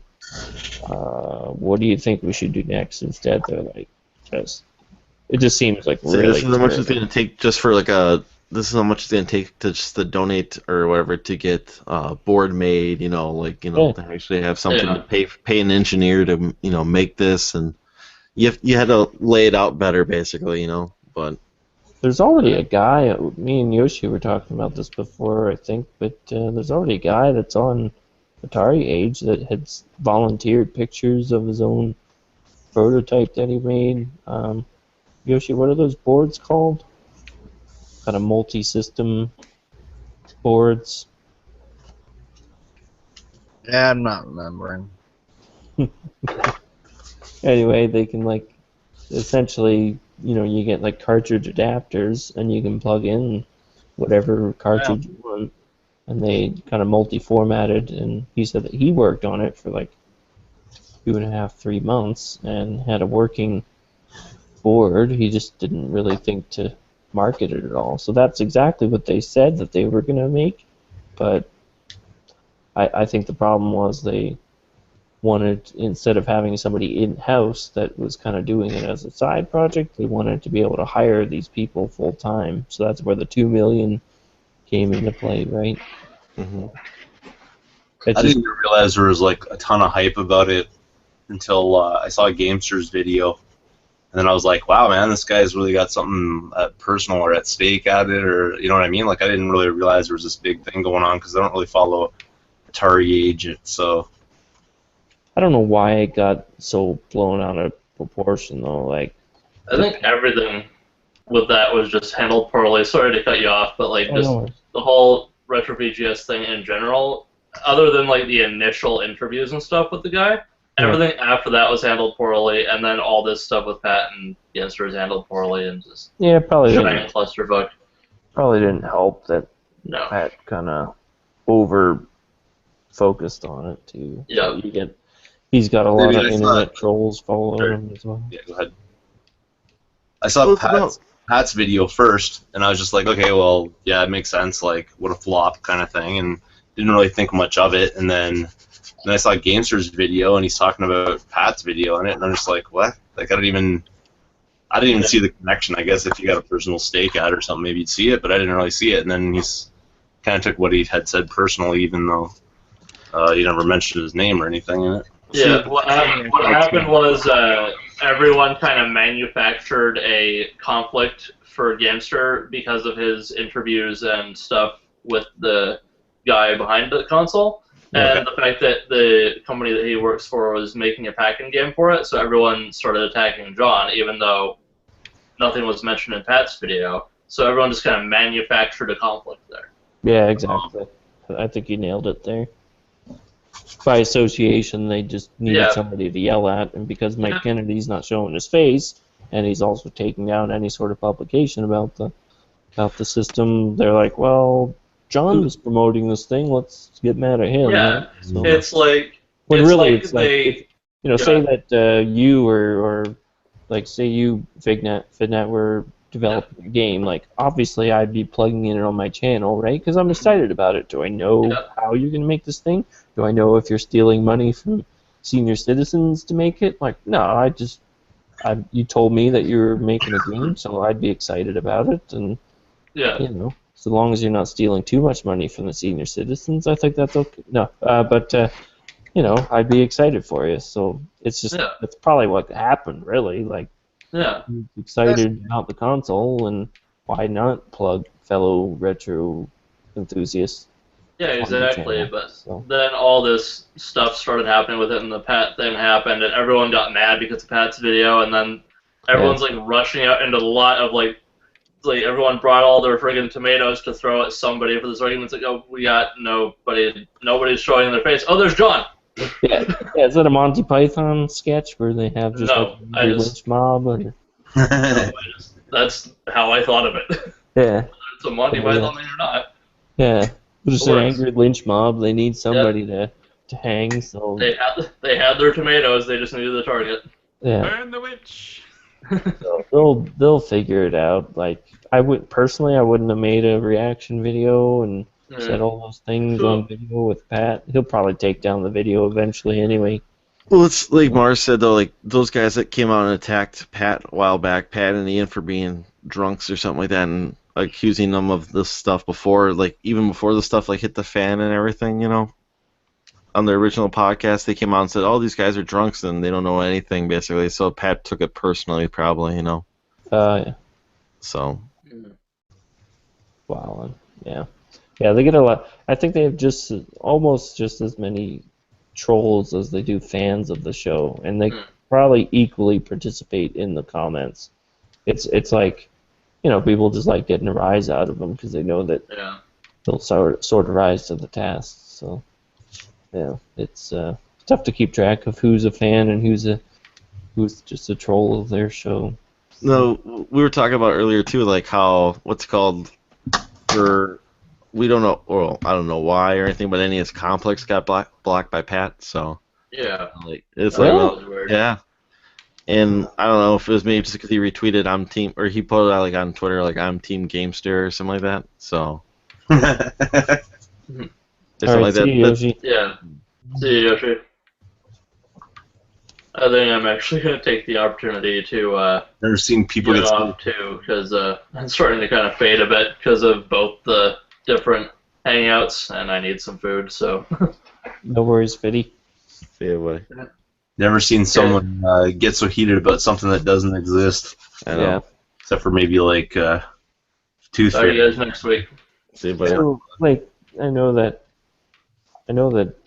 Chris and Pat were, you know, somewhat familiar, right? Like, all I saw was, he's like, you have to say something. Gamester doesn't deserve this or whatever. So, I don't know. Somebody that you know in the circle, like, why would you block whatever? So, and how would anybody find that out? Did he say something? NES Complexo. I don't know.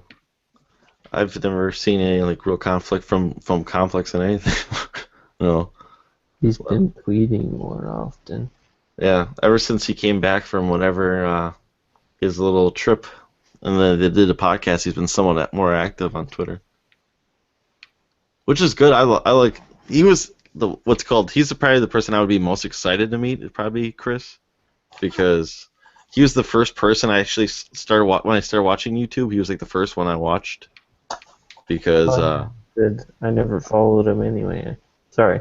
no, that's like I remember like I was just looking for like some way to save my games, and that's when I saw his like Universal Game Case video or something like that, like and how to make Universal games, and I was like, hey, this is a good idea, and then that led to subscribing to him, and then Vintage, and subscribing to Gamester, and because all these people like popped up related, like AVGN and everything, and then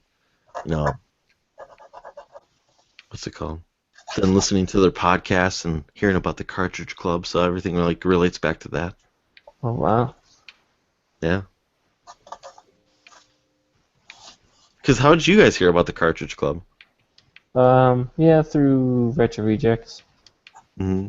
I can't even remember, man. Might have been D-Rock or something.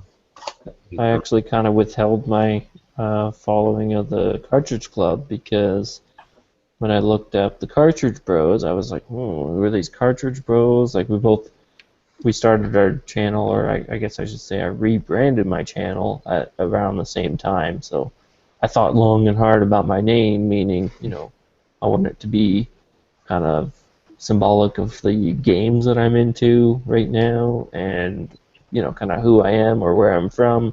Kind of a funny play on that. So the plus alliteration is a fun thing on YouTube. So Cartridge Connect CC. So then when I looked up the Cartridge Bros, I'm like, what the hell is this? They're playing like Soul Calibur and Dark Souls. Like these are all shitty. You Like have to play Soul Calibur. yeah. So,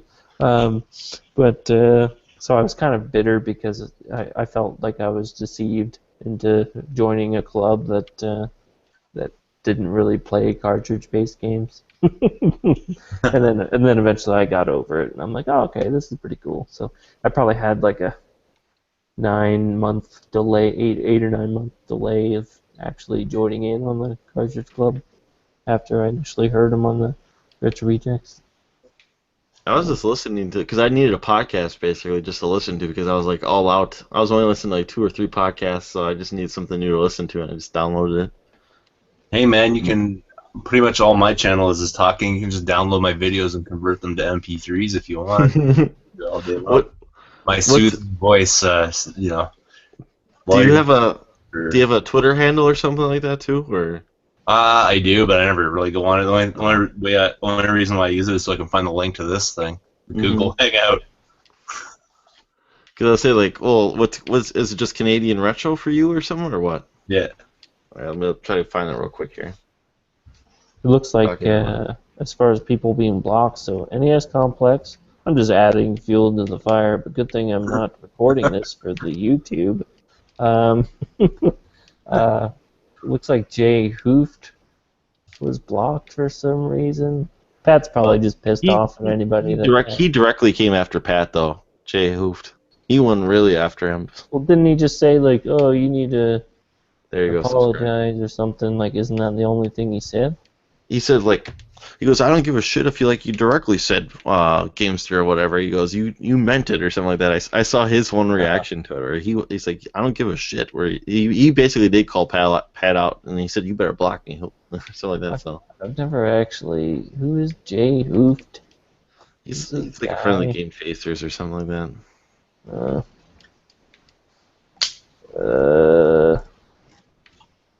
I'm guessing that Alpha was most likely blocked. Like, Alpha kind of started the reverse witch hunt. Yeah, I think it was all started by Alpha first, but Bill's a nice guy. Saw him at Denny's. Him and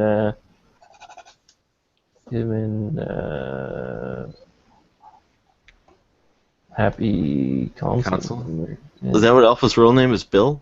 Johnny. Yeah. I've never heard that before. Yeah, Johnny Millennium. So they're nice guys. Mm-hmm. Which is surprising. It's like, get over yourselves. Like, you guys are fueling the internet trolling back and forth. They block those guys, and then everybody gets an opinion about it. Well, yeah. I always kind of thought it weird that Johnny never came back to like All Gen Gamers or something like that. And, like, now he's got that one with Alpha, basically, that podcast. Yeah. I don't know if he just had a falling out with him or.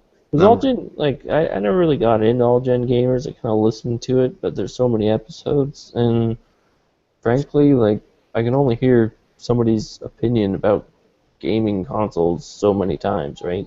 Like, the thing that I like about podcasts is, you know, what makes them unique, and usually it's their personality. So if they talk about themselves or stories and things that they are up to, that's usually what I like the most. So that's, I don't know.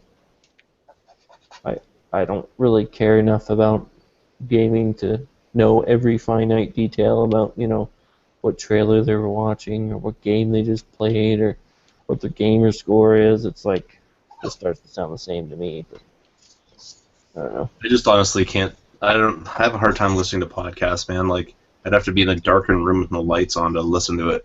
Yeah. I have to though. Like with work, man. Thinking about other things. I just, you know. See, I have to, man. At work, it's like I can't stand the radio anymore.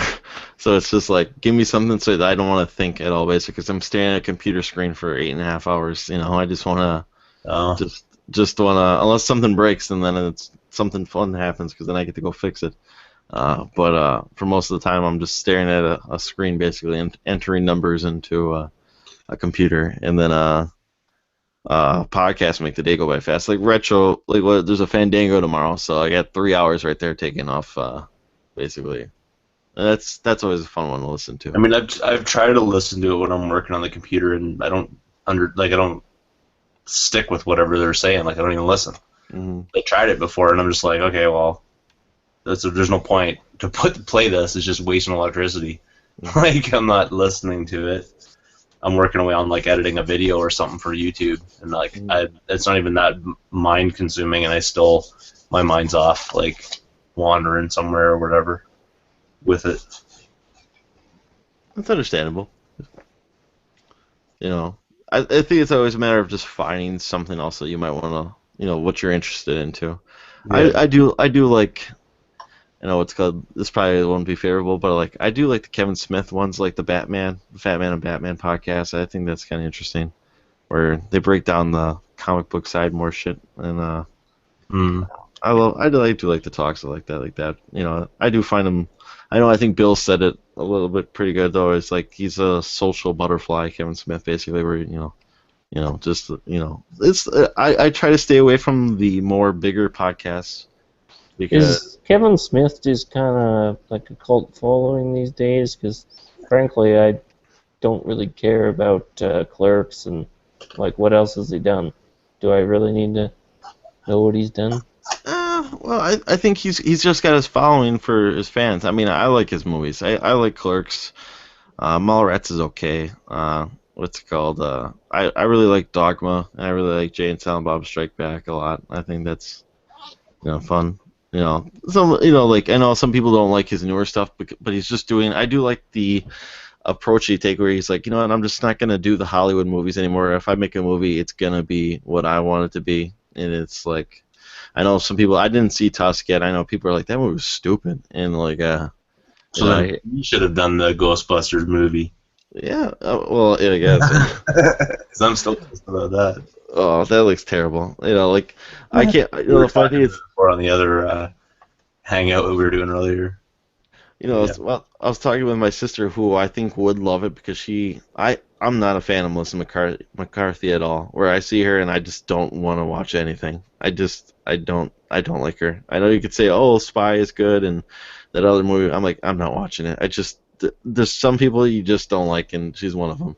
Yeah, I got a few people on my list, like Helen Hunt. Can't stand that one. Helen Hunt.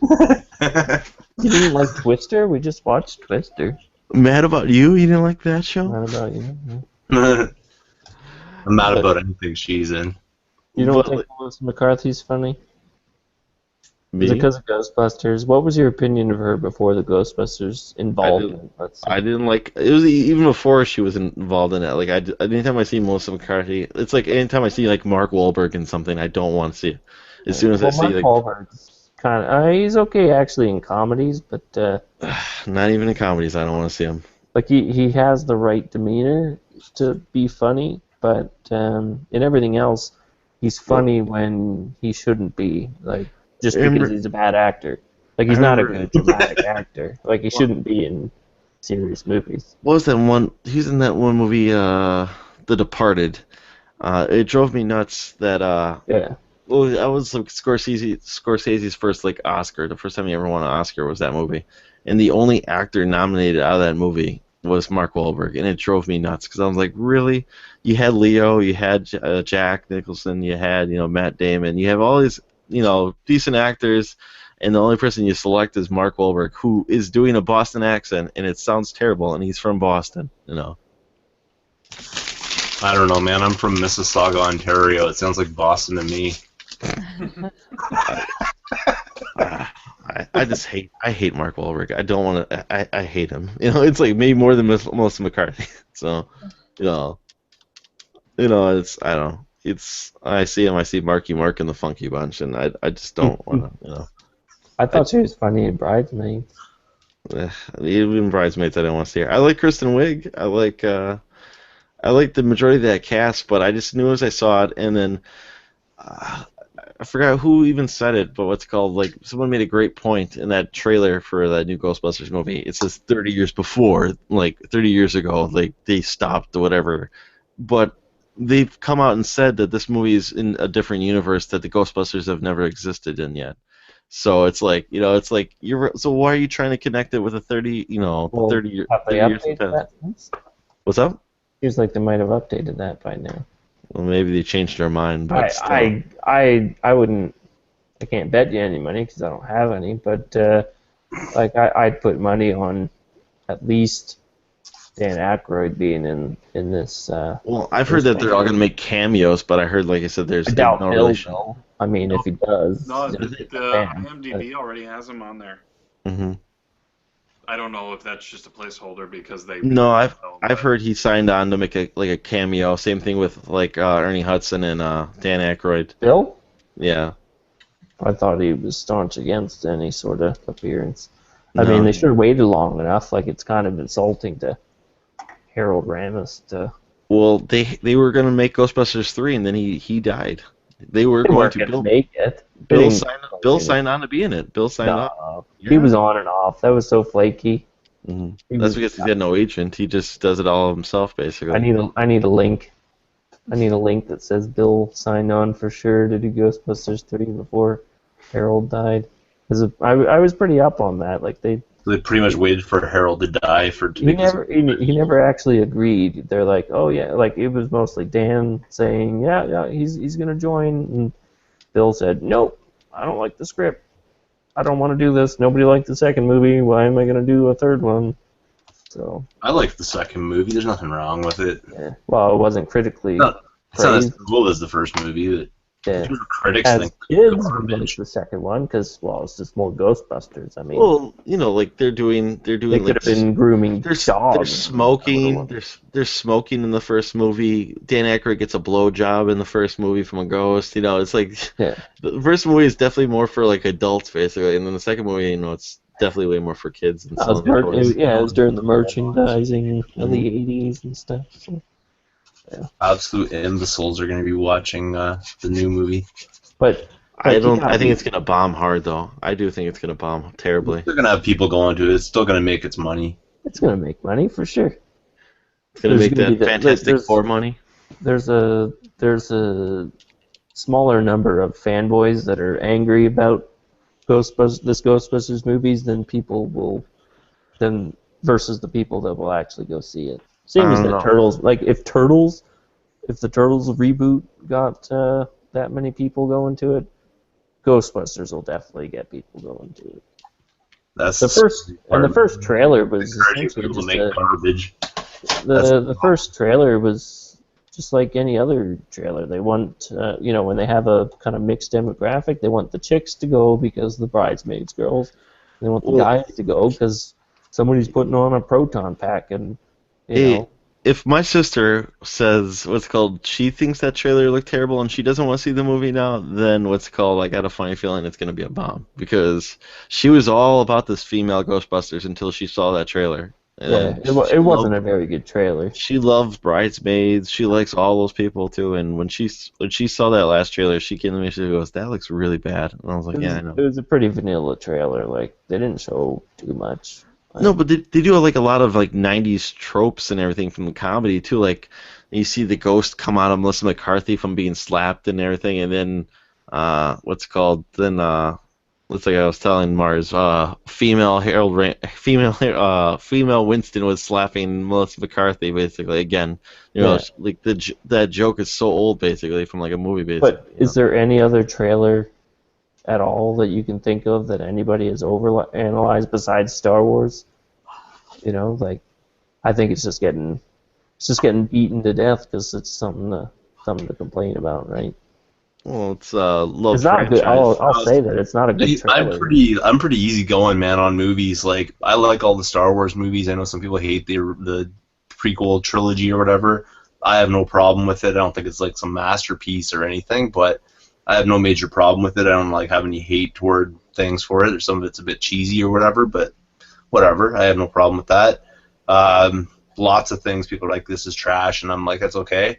But let me tell you honestly, that Ghostbusters flick is a total dud, like garbage. Pure. This is your Bring my puke bucket. I'm gonna throw up. this is your exception to your rule. A lot of people. Yeah, I'm so easy going on movies. It's fairly unbelievable. They're just for entertainment, and I am absolutely just enraged with what they did with Ghostbusters. Yeah.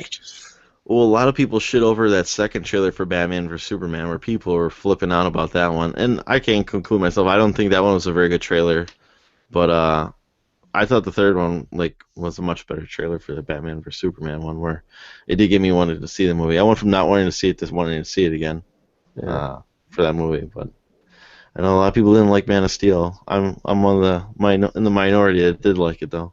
I never did go see it. No. I like it, but then again, I think someone described it to me best as that if you don't like Superman, you might like Man of Steel, because I don't like Superman. So this was me much more like, oh, okay, this is cool. I like this because I don't like Superman at all. What's up?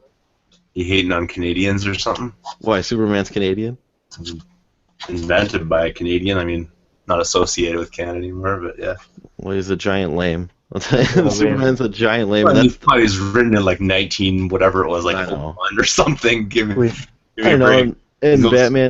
And Batman over the years has evolved too. I mean, Batman started off with wings and feathers and whatnot, So DC really like protects their properties like that. I remember when that was it Mortal Kombat DC Universe or something came out, and it was like a fighter, and it was like, nope, Superman can't bleed, like kind of thing or whatever when they're fighting. So like, can't be decapitating, whatever DC character.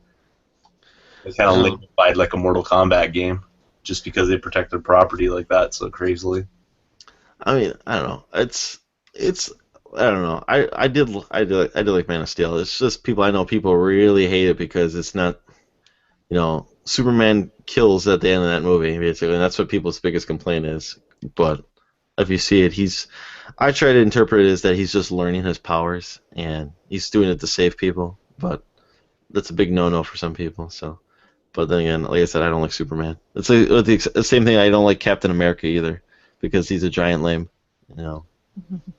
So, I just want to go back to Ghostbusters, but so I was a pretty big Ghostbusters kid. I had the toys and the pajamas and watched the cartoon and watched the movies, and I made my pregnant aunt run around with me in my yard trying to chase down ghosts and all that. So anyway, I like Ghostbusters. She was the Stay Puft Marshmallow Man. She was the Stay Puft, yeah. And I don't know who the biggest Ghostbusters fan is, but I would say that I'm in that wheelhouse of of Ghostbusters fans. But because I told J-Rock that I wanted to murder him so he wouldn't have to see the trailer. Is the series? Do you guys really think that the series or the franchise is that like infallible that nobody can add to it?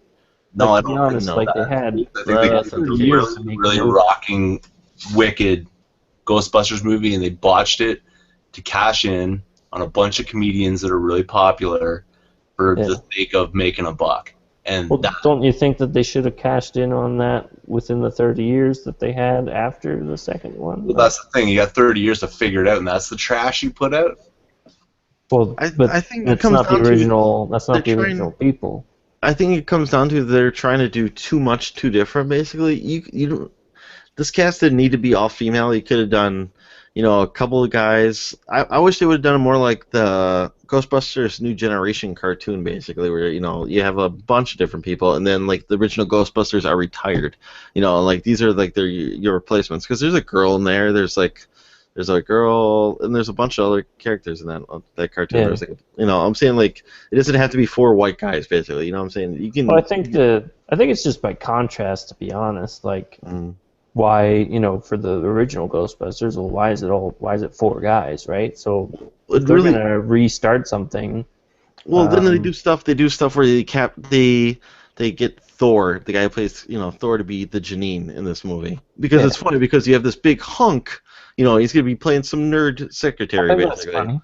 I don't. I think it's stupid. I think people are getting bothered by it, or overly bothered by it. Well, because they feel that Ghostbusters is too sacred to touch. I'm bothered by it, but I mean, I'm going to let it go. I just won't want to watch it.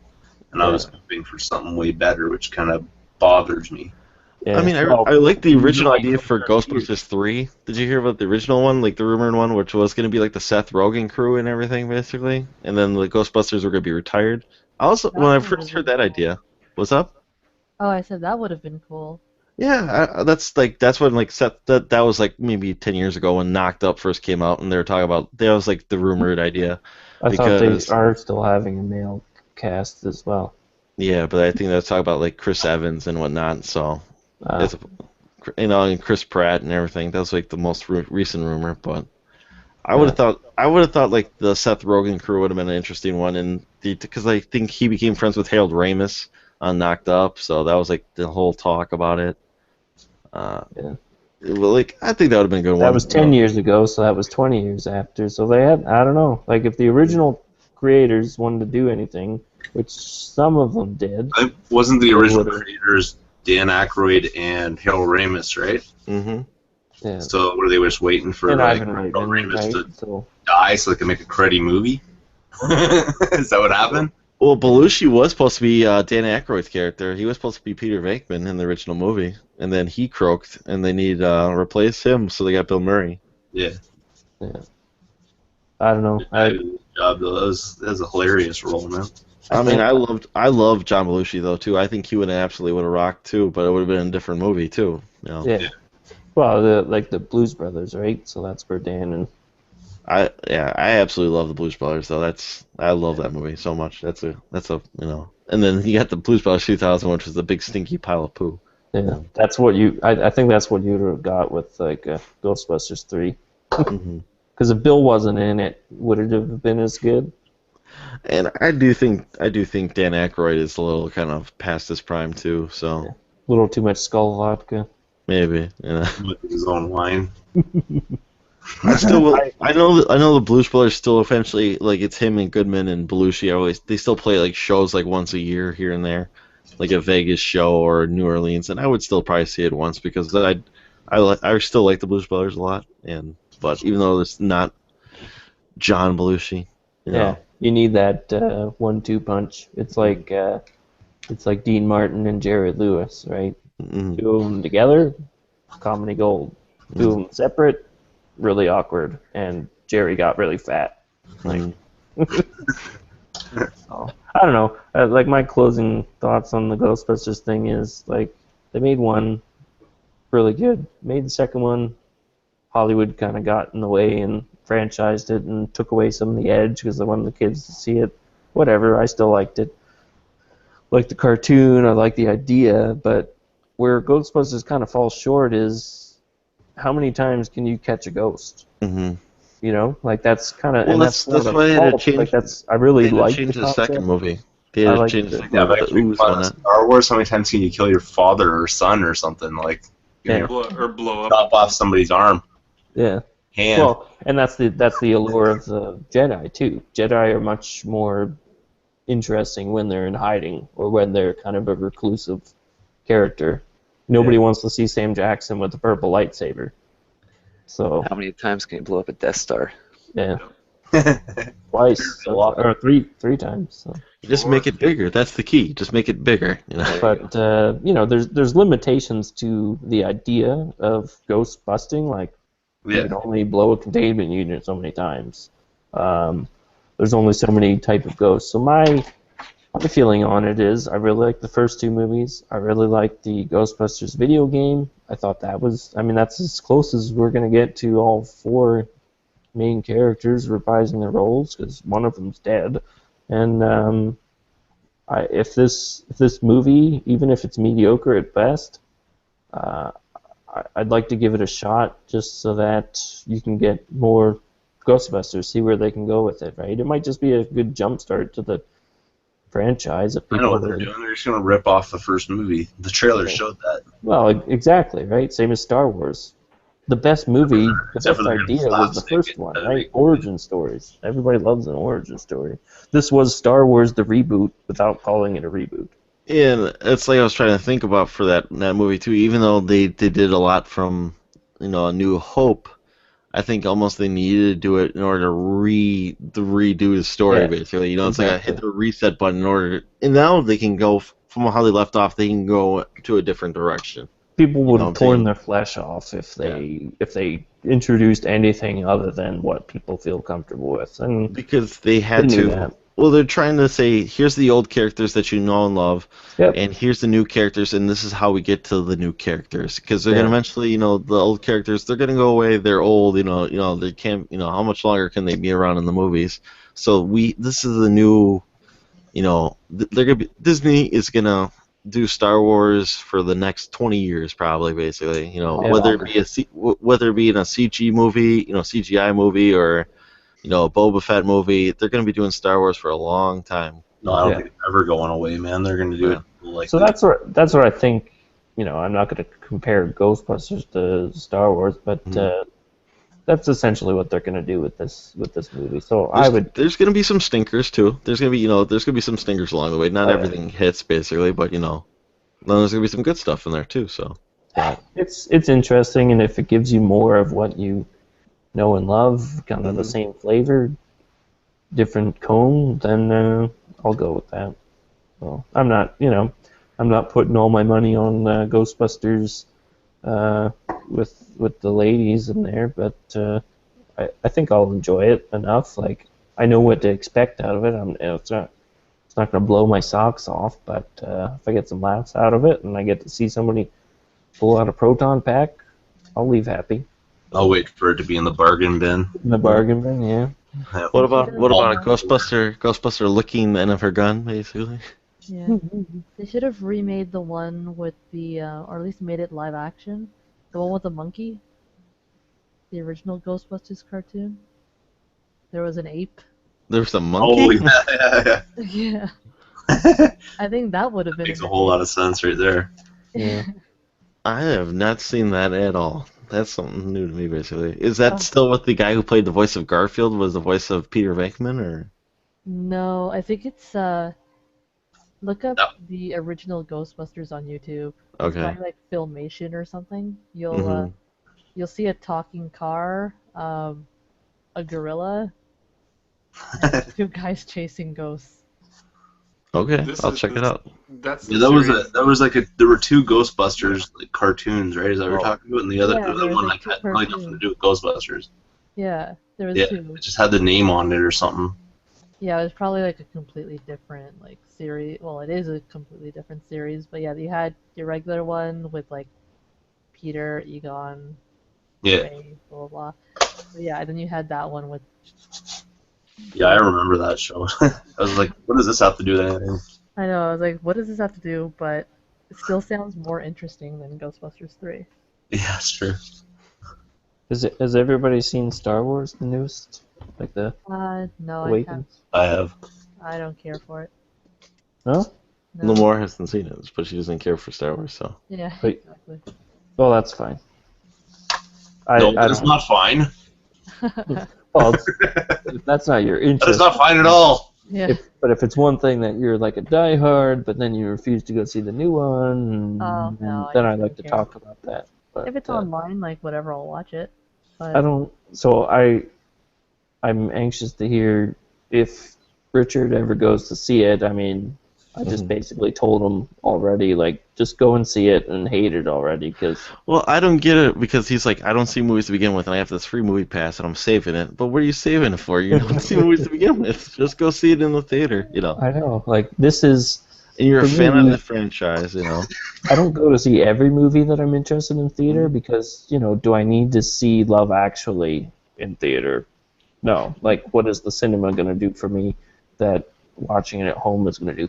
But I do watch horror movies in the theater. I watch really loud action movies in theater, because I like the sound, I like the immersion, the big screen. It's cool. It gives me more surround sound, like in Star Wars with the blasting going past you. When you have that many speakers in the theater, you can't pass it up. But when people, I just kind of cringe a little when people are like, I'll just rent it at home. You're not going to get the same experience. That's true. I don't want to say it's once in a lifetime, but it's definitely an experience that you're going to possibly look back if you change your opinion and say, why didn't I go to see that? It's an awesome, it's an action movie. Even if it put you to sleep, or not put you to sleep, but even if you kind of toned it out after a while because you just weren't interested in the plot, at least there's cool lasers going off around you. I don't know, like, it's something to get you into the theater. So for me, go see it just so that you can at least say that you saw it and you didn't like it. But to wait for it to come out on DVD or rip it off of some Japanese website, like, Or to just read the Wikipedia article. oh my gosh, yeah. I don't know. I really hope that he didn't do that. No, I think he stopped. But I mean, he was floating the idea between the last episode and this one, right? Oh yeah. Yeah. I don't know. I just Fingers crossed. There's 1,000,001 movies that you don't have to go see, and I know that like it seems like he has a hang up because he doesn't want to conform to peer pressure, but it's not really peer pressure, you know. I mean, you go see Lord of the Rings in the theater, you go see Star Wars in the theater, like you go see Transporter in the theater, you know, like something that gets your blood going. So even, you know, I spend money on my sound system, my TV and things like that, but there's still like the camaraderie and the energy in the theater. I cannot reproduce that at home, right? It's a much more singular experience at home than it is in the theater. So I had a lot of fun seeing Force Awakens in the theater. It was exactly what I kind of needed from that experience. Like, I think it also doesn't help that Mars was telling him that he hated a movie with a passion. So like that also. Did Kevin talk about why he didn't like it, or is he waiting to hold that for the episode? Probably. I think he's held back a little bit. But from me talking with him, basically, he said he just doesn't like it. That it's not original. It's not original enough for him. It's like I said, that's the hang up of Star Wars. He was trying to make an argument with me that the original like Phantom Menace was a better movie with me, and I was just like, you're wrong. So, it's like it's his opinion, but what's it called? Like I was like, I don't know, I could try to make a defense of it. Than that one. I think there's a difference between originality and interesting story, right? Like nobody wants to see Jar Jar Binks. Mm-hmm. It was original, but it was hot garbage. Yeah. Like, so this like was it you Fitnet or Troy? Like this movie set up the franchise to go in a different direction now, right? If you went in a completely different direction than the first movie, you would lose probably half. I'm just making up numbers, but you'd probably lose. By the way, that was me. Yeah, that was you. As I was thinking. I agree with that. You'd lose half of your potential audience at that point, right? Like it would just drop significantly. So now everybody's on board the bus. Then you can start to tell your interesting story. But did everyone see that Saturday Night Live sketch though with Kylo Ren? I love it. I loved it. That was great. That was one of my favorite Saturday Night Live sketches in quite a while, basically. The Matt, the undercover boss. I'm Matt. That was really good. I mean, they also had the Star Wars figurine commercial. Oh, nice. You should, if you haven't watched that one, you should. I haven't seen that one yet. I'll have to check that one out. Yeah, they totally. It's kind of pointing some fun. I know. I think I've seen this one where they're talking about keeping the collectibles, like toys are not to be played or something like that. Put it behind glass and never touch it. Yeah, it's a real Joe. Joe's probably like, I agree. Anyway, that you kind of get the idea. Like, I'm all for collective experiences and then expanding on that. I'd rather enjoy watching a movie with somebody next to me than for it to be like so exclusive to my taste that nobody else is gonna like it. So, but what are your guys' thoughts on that? So, I like seeing movies in the theater, and there's a point in time when I would go like weekly when I was younger. Yeah. When I would go weekly to see a movie in the theater because I like that experience, but I see basically like 4 movies a year now in the theater, if that, Yeah. It's just because like I think most of the time like my interest in movies is like there's not really something. I mean, it's been more generated now, kind of like there's more superhero movies coming out, and even though like I don't enjoy every one of them, I still I always like kind of excited for them, a little bit. It's like it's something about it where like, oh, this could be really good, And Yeah. I know what you're talking about because like the action when it's done well, like with all like the the surround sound and everything, and seeing it on a big screen, it's enjoyable. But the majority of the time, I just like Redbox movies now. Like I saw Goosebumps like last weekend. I Yeah. Redboxed that. I mean, I wanted to see it in theater, but nobody I know wanted to see it, so I just basically just Redboxed it. So. That one's like kind of on the fence, right? Like, Yeah. you watch it in theater, I get like I'd probably like it to. I went to go see Kung Fu Panda when it first came out. It was one that wasn't on my radar at all. Like, my family was out. We said, all right, let's go see a movie. We saw Kung Fu Panda 2.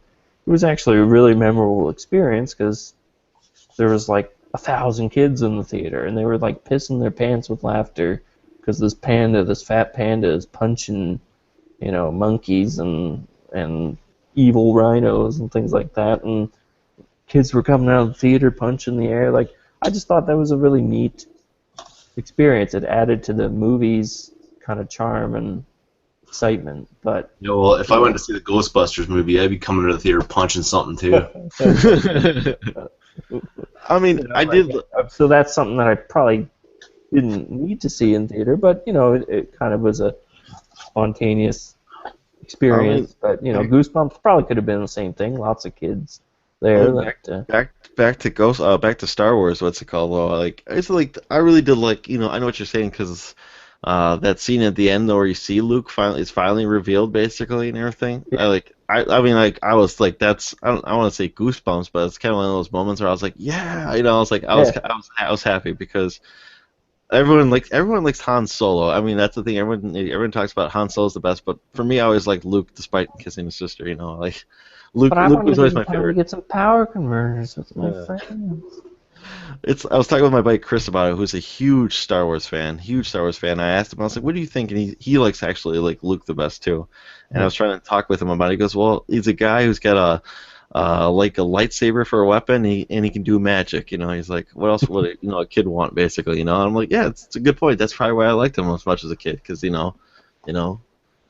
Han Solo, I guess, was just a normal guy. Basically, he was a jerk, and that's why I was like, this guy's a jerk. I was like, Yeah, he's Harrison Ford kind of one character, deadpan. He's good at it, but you either like it or you don't, right? So no, but as a kid, I'm like, this guy, he's so reluctant to help these people and everything, and as a kid, they said that's why for me, maybe if you're an adult, if you're older, but when I saw Star Wars, I was like 6, 7 years old or something like that. So you see this guy who can, grab things out of the air, and I don't know.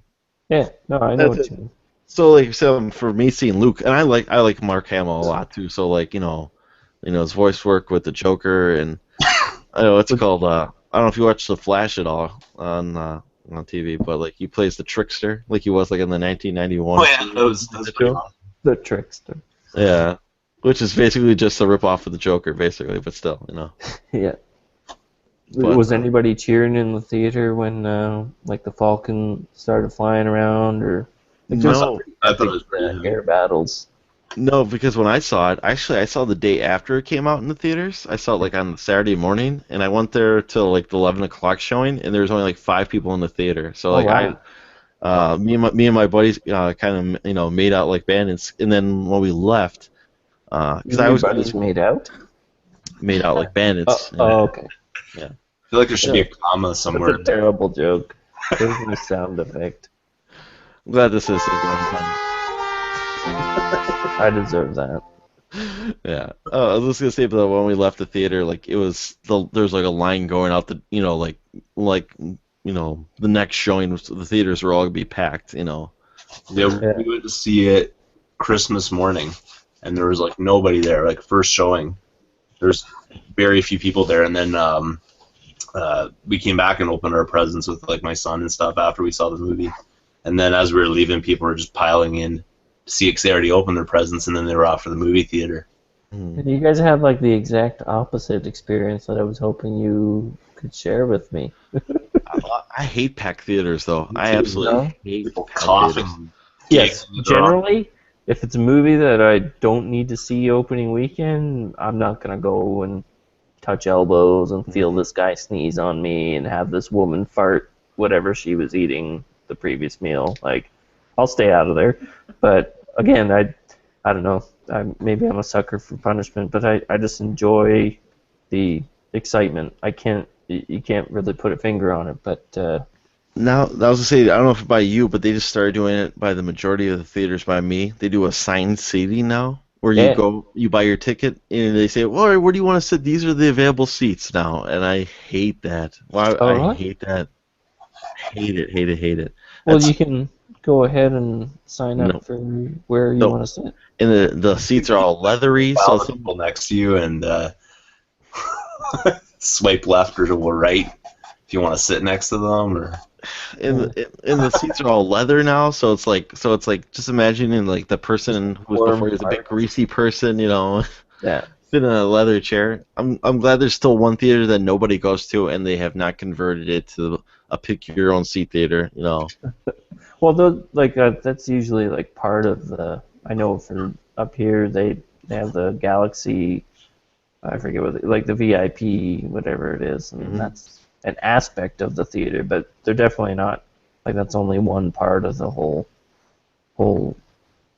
theater grouping. So Yeah, you can do that. You can do the common seating or whatever and wait in line, but yeah, they try to cram like now pizzerias in the theaters up here. They try to they put in bars in the theater now, so like you can have a drink. You well, can they want to have get people pizza. in the seats, right? Yeah. So, something to get you. If the movie's not going to get you up there, they'll entice you with food or select seatings. And they know what they're doing. The food's where they make money. I mean, like those pops alone cost those theaters 10 cents. They make their money on popcorn costs pennies too. Popcorn and popcorn's the same way. And that's why they push those so hard. It costs like $20 for that combo pack for like the two jumbo sodas and the jumbo popcorn. Yeah.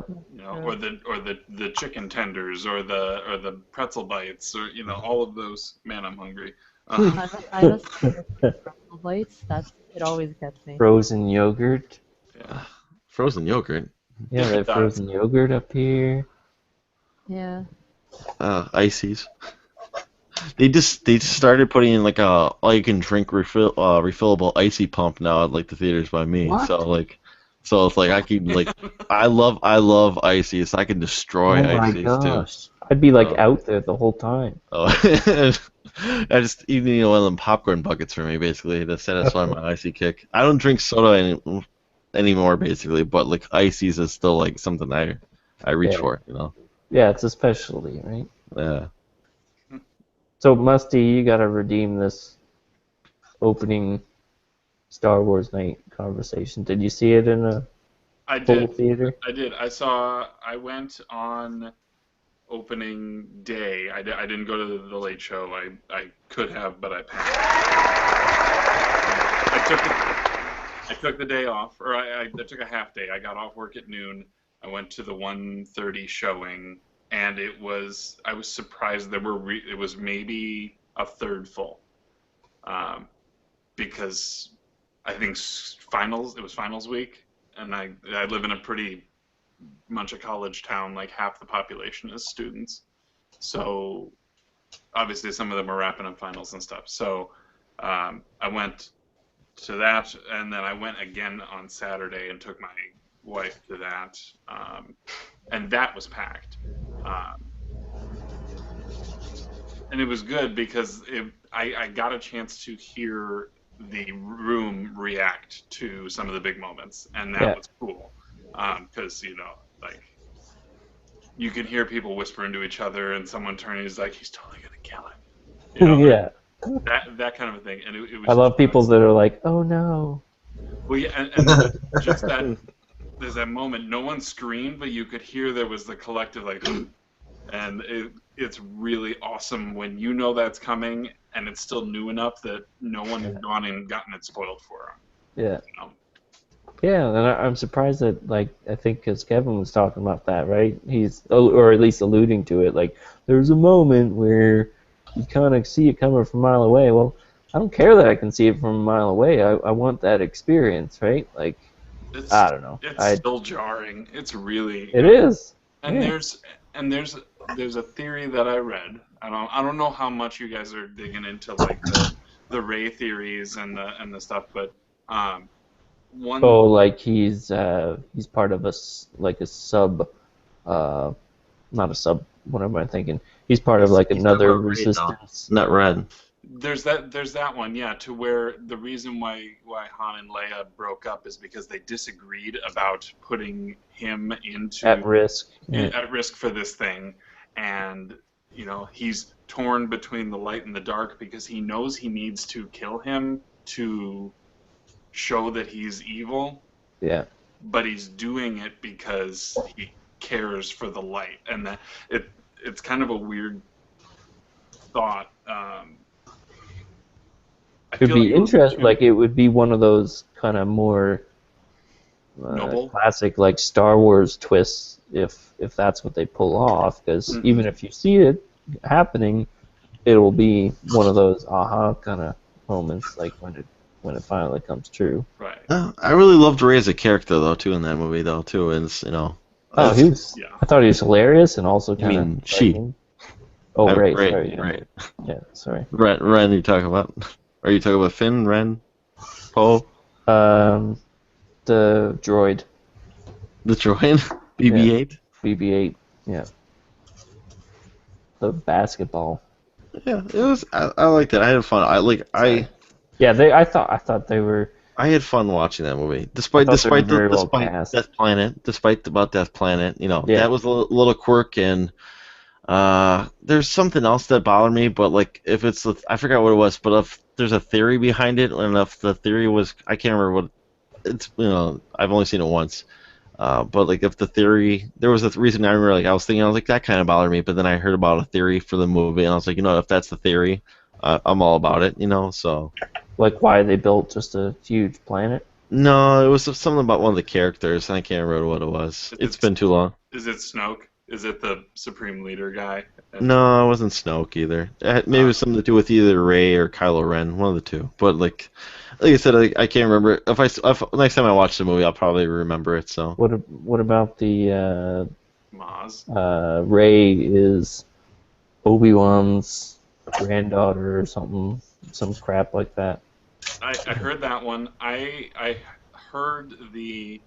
I think they're reaching at that point. I heard the Rey is actually cloned from Luke's severed hand. What? Yeah. Who said that? I can't online remember where I heard it. Is there any evidence to back any of that? Which could explain a couple of things because Maz sees her eyes and says, "I know, I've seen your." I've seen your eyes, which could be I've seen Luke's eyes. I see the same eyes with you. She has the lightsaber, so what if she was involved in this whole thing? Like, it could get really crazy, but I could see a possibility where Luke is actually training himself. Now I remember what that theory was. Now that I think about it, it was involving Rey. It was basically about like how she was like related to Luke and everything too. It was like I was just like, how can she know how to fight with a lightsaber and everything too? Like that kind of. I was like, if she had no training, how could she like be whatever? But then there's the theory that like she was part of Luke's school, and what's it called? Like she was being trained to be a Jedi, but Luke probably wiped her mind and dropped her off on that planet before, like for her safety. So like they knew they would be looking for like this because apparently Ren slaughters all the Jedi. The younglings. Yeah. So if something goes bad with like the Luke's training, like with Ren or something like that, and what's it called, or Ben, if you will, I think extreme Star Wars like theorists or conspiracy people are going to be just disappointed because the original three, when she grabs that lightsaber, when she grabs the lightsaber and then she gets like the flashback and everything, kind of a little bit there. So it's like little triggers. And I'm like, well, that'll explain then why she can do the force grab and she kind of knows how to do a little lightsaber duels and everything. I mean, unless they really thought this out and maybe they wrote all 3 scripts already. But I think it's already done, and then he's doing rewrites now. So even the first 3 movies like didn't make all that much sense. Like George was improvising by 3 for sure, right? So I don't know. Like there's holes in Star Wars lore, and I just don't invest too much into it. Like, you gotta enjoy it. It's something to just go and experience. Like, I'm not gonna kill myself over like who's related to who or why this wasn't explained, because it's a movie. Like, in the end. Anything you come up with, if you really put a lot of time into it, is ultimately going to then disappoint you when it's not the really cool thing that you thought it was. Yeah, exactly. It's like, I was just gonna say, I mean, change the subject, but I was back to Mars for a second there, because I know like he's a huge Star Trek guy, and what's it called, like I like when every time he tries to make up these little arguments for what's it called, why this last Star Wars was terrible, I almost just want to say to him, I'm like, but you like Star Wars episode, he likes Star Trek 4.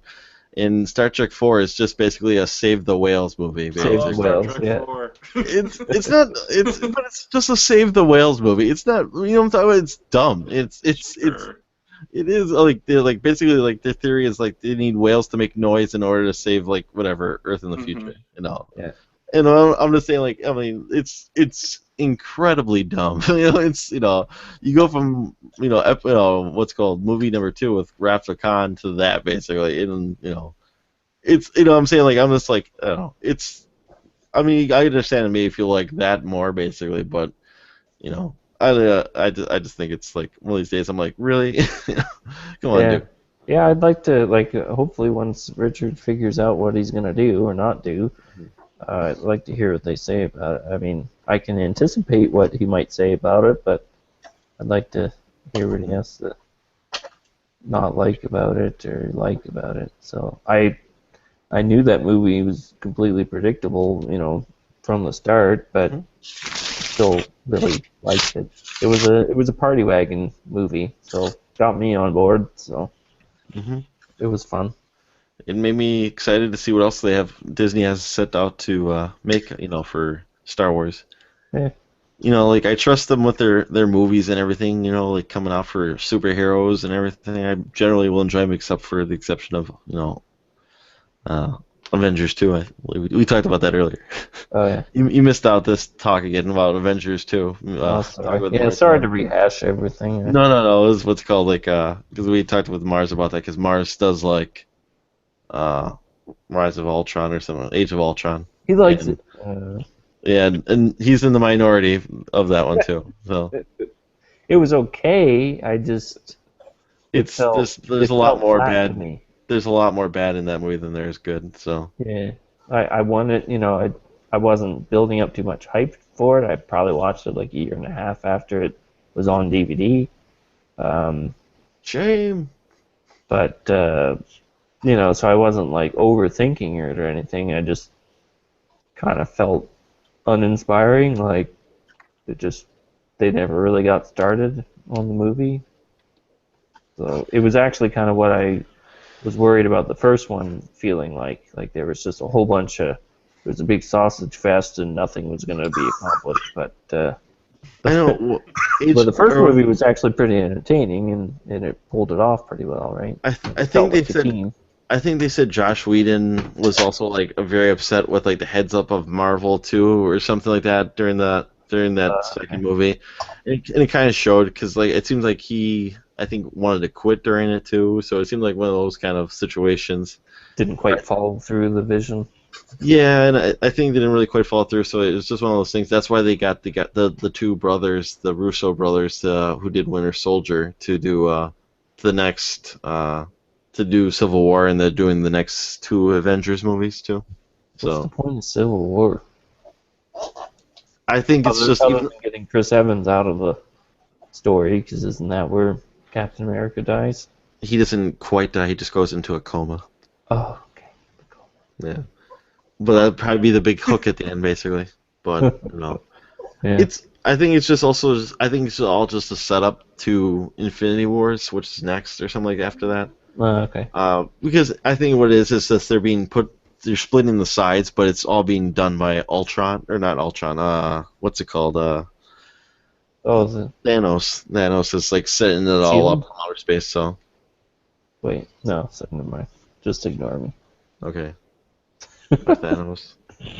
But I think that's what it really ultimately comes to. It's just like it's a setup. The next movie is the setup for Infinity Wars, because Some people are gonna die in Infinity War, so it's gonna be like the big up, basically, because some of the people are gonna get etched off, and then that's gonna be your next launching pad for the next series of Marvel guys. Like Spider-Man's gonna be the next big, developed superhero because I don't know how many more Iron Man movies they're gonna make with Robert Downey Jr. at his age, and I think Chris Evans said he's pretty much done after Infinity Wars, and then with playing Captain America. Yeah, I thought he had like 2 or 3 movies after Winter Soldier. Mm-hmm. Like I thought he was basically done. Honestly, I don't know who Chris Evans thinks he is. Basically, Captain America's like his best role for him. Basically, he's not that good of an actor. Not Probably another won't. teen movie. Yeah, I know. Not another teen movie. I forgot he's in that movie. But just remember not seeing the other Fantastic Four movies. Yeah. It's like it's you're perfect for your role, man. Just collect $30 million and walk away. That's exactly, he wants to collect his money and be a stage actor or direct. Everybody wants to direct a movie because they know how to make movies. Mm-hmm. But, whatever. So, never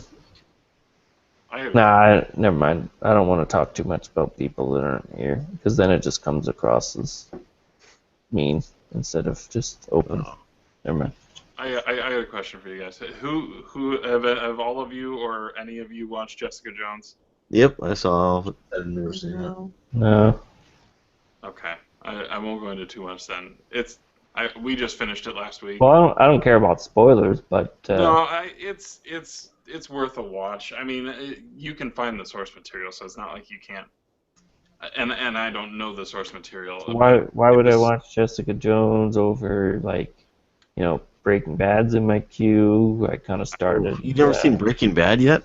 No. You should. Yeah, you should. Yeah, that's like the best show ever created, man. No joke.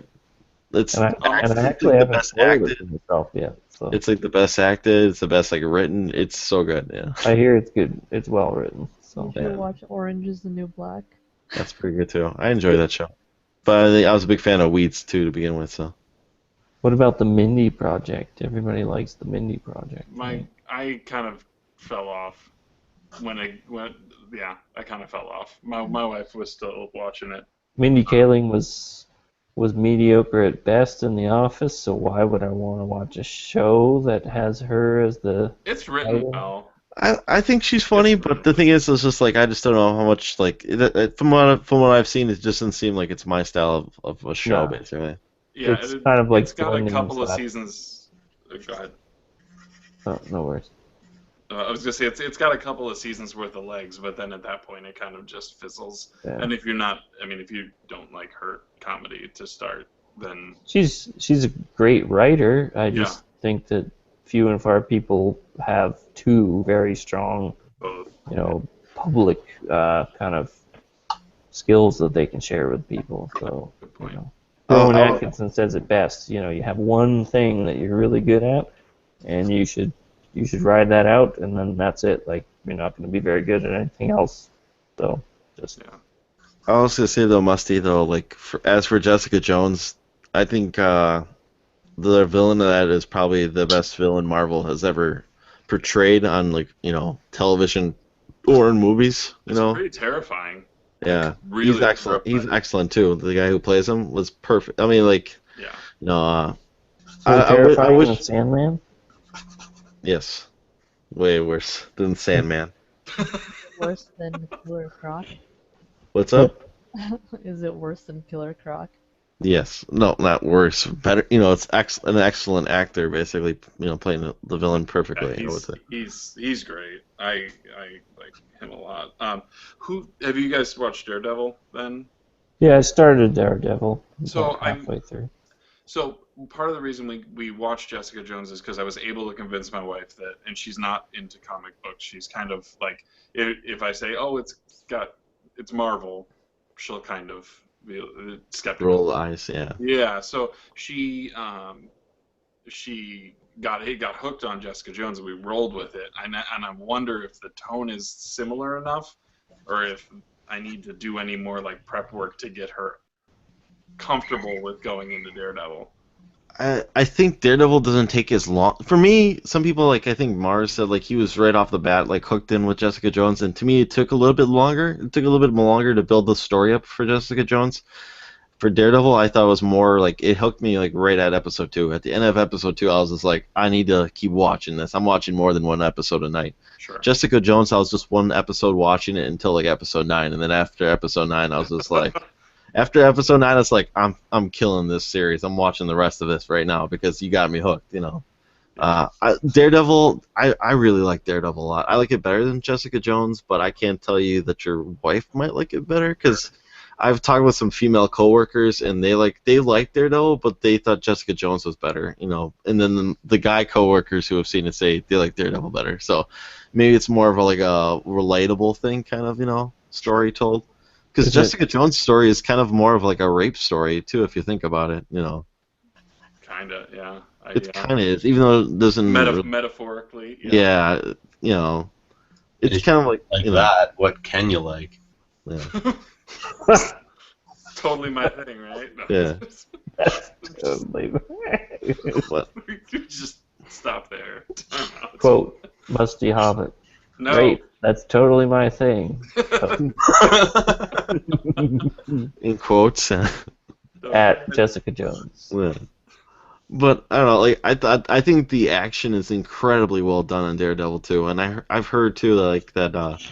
When does the action get going in that? Because right now he's just beating up street thugs, and then he's like flirting with that girl. Did you ever get to Vincent D'Onofrio's character yet too? Is that the guy that talks like he just ate a really big sandwich? That guy? Yes. Yeah. The guy from Men in Black, the sugar guy, is like sugar. More sugar. Yeah, he talks just like that. Yeah, that's him. The guy who kills himself. He wasn't actually in character. That's just how he talks. Maybe, I don't know. But anyway. I think he was excellent as Kingpin though too, and on Daredevil. So yeah, so he starts getting mad and he's flirting with that art gallery lady. I don't know, man. I don't know if that's like. But I'm not like huge like understanding of Daredevil kind of guy. Like I never read the comics or anything like that. But my impression of like Kingpin was different than that character. Seems like kind of a baby or something. A man-child or something like that, kind of. Yeah, he does seem kind of like a man-child. It was more of a take. I don't know who. Maybe someone, my buddy who was a huge Daredevil fan, thought was like perfectly spot on. Like he still reads Daredevil to this day.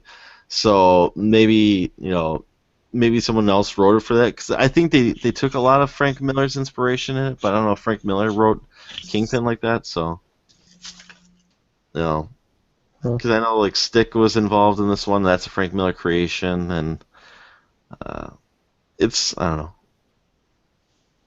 I'm excited for the second season. That starts up in 2 weeks. So what's the, if you're gonna sell Jessica Jones to me, like, is it different than Daredevil? Is it like Daredevil 2? Different. Is it no? like, what's the plot? It's much, because Daredevil's like more along the line of I'm trying to clean up my neighborhood basically, and Jessica Jones is like, I'm not a superhero at all, basically, but she's got like powers, basically, and she's basically it's her story is a story between her and the villain, basically, more, as opposed to Daredevil is kind of like anybody and everybody. Well, Daredevil is like, this is his idea for saving my town, and Kingpin is the same exact way, where he thinks he's preserving Hell's Kitchen by doing it his way, They're both like, this is their idea basically of how, and that's their conflict kind of is in between that. Sure, whatever, he's getting rid of the gangs basically, but he's the #1 gang guy basically, Kingpin. And Daredevil is just he's kind of like Marvel's version of Batman, where he doesn't kill, but he cleans up the streets and whatnot. Yeah.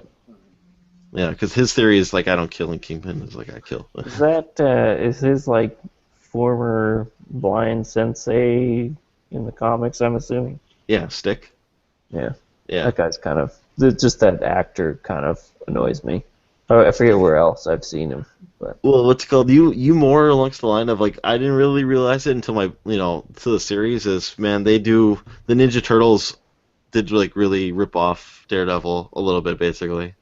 Yeah. Because the Hand, that's the gang, that's like one of the gangs that's in Daredevil. It's called the Hand, and the Foot, it's And called the the Foot. Yeah. It's in Ninja Turtles, and I know they took a lot of inspiration from Frank Miller's writing for Ninja Turtles, like Eastman and Laird, Laird for the Turtles. So I don't know. I would say keep sticking with Daredevil, but Okay. I Yeah, think it's gotten interesting with Sugar Man.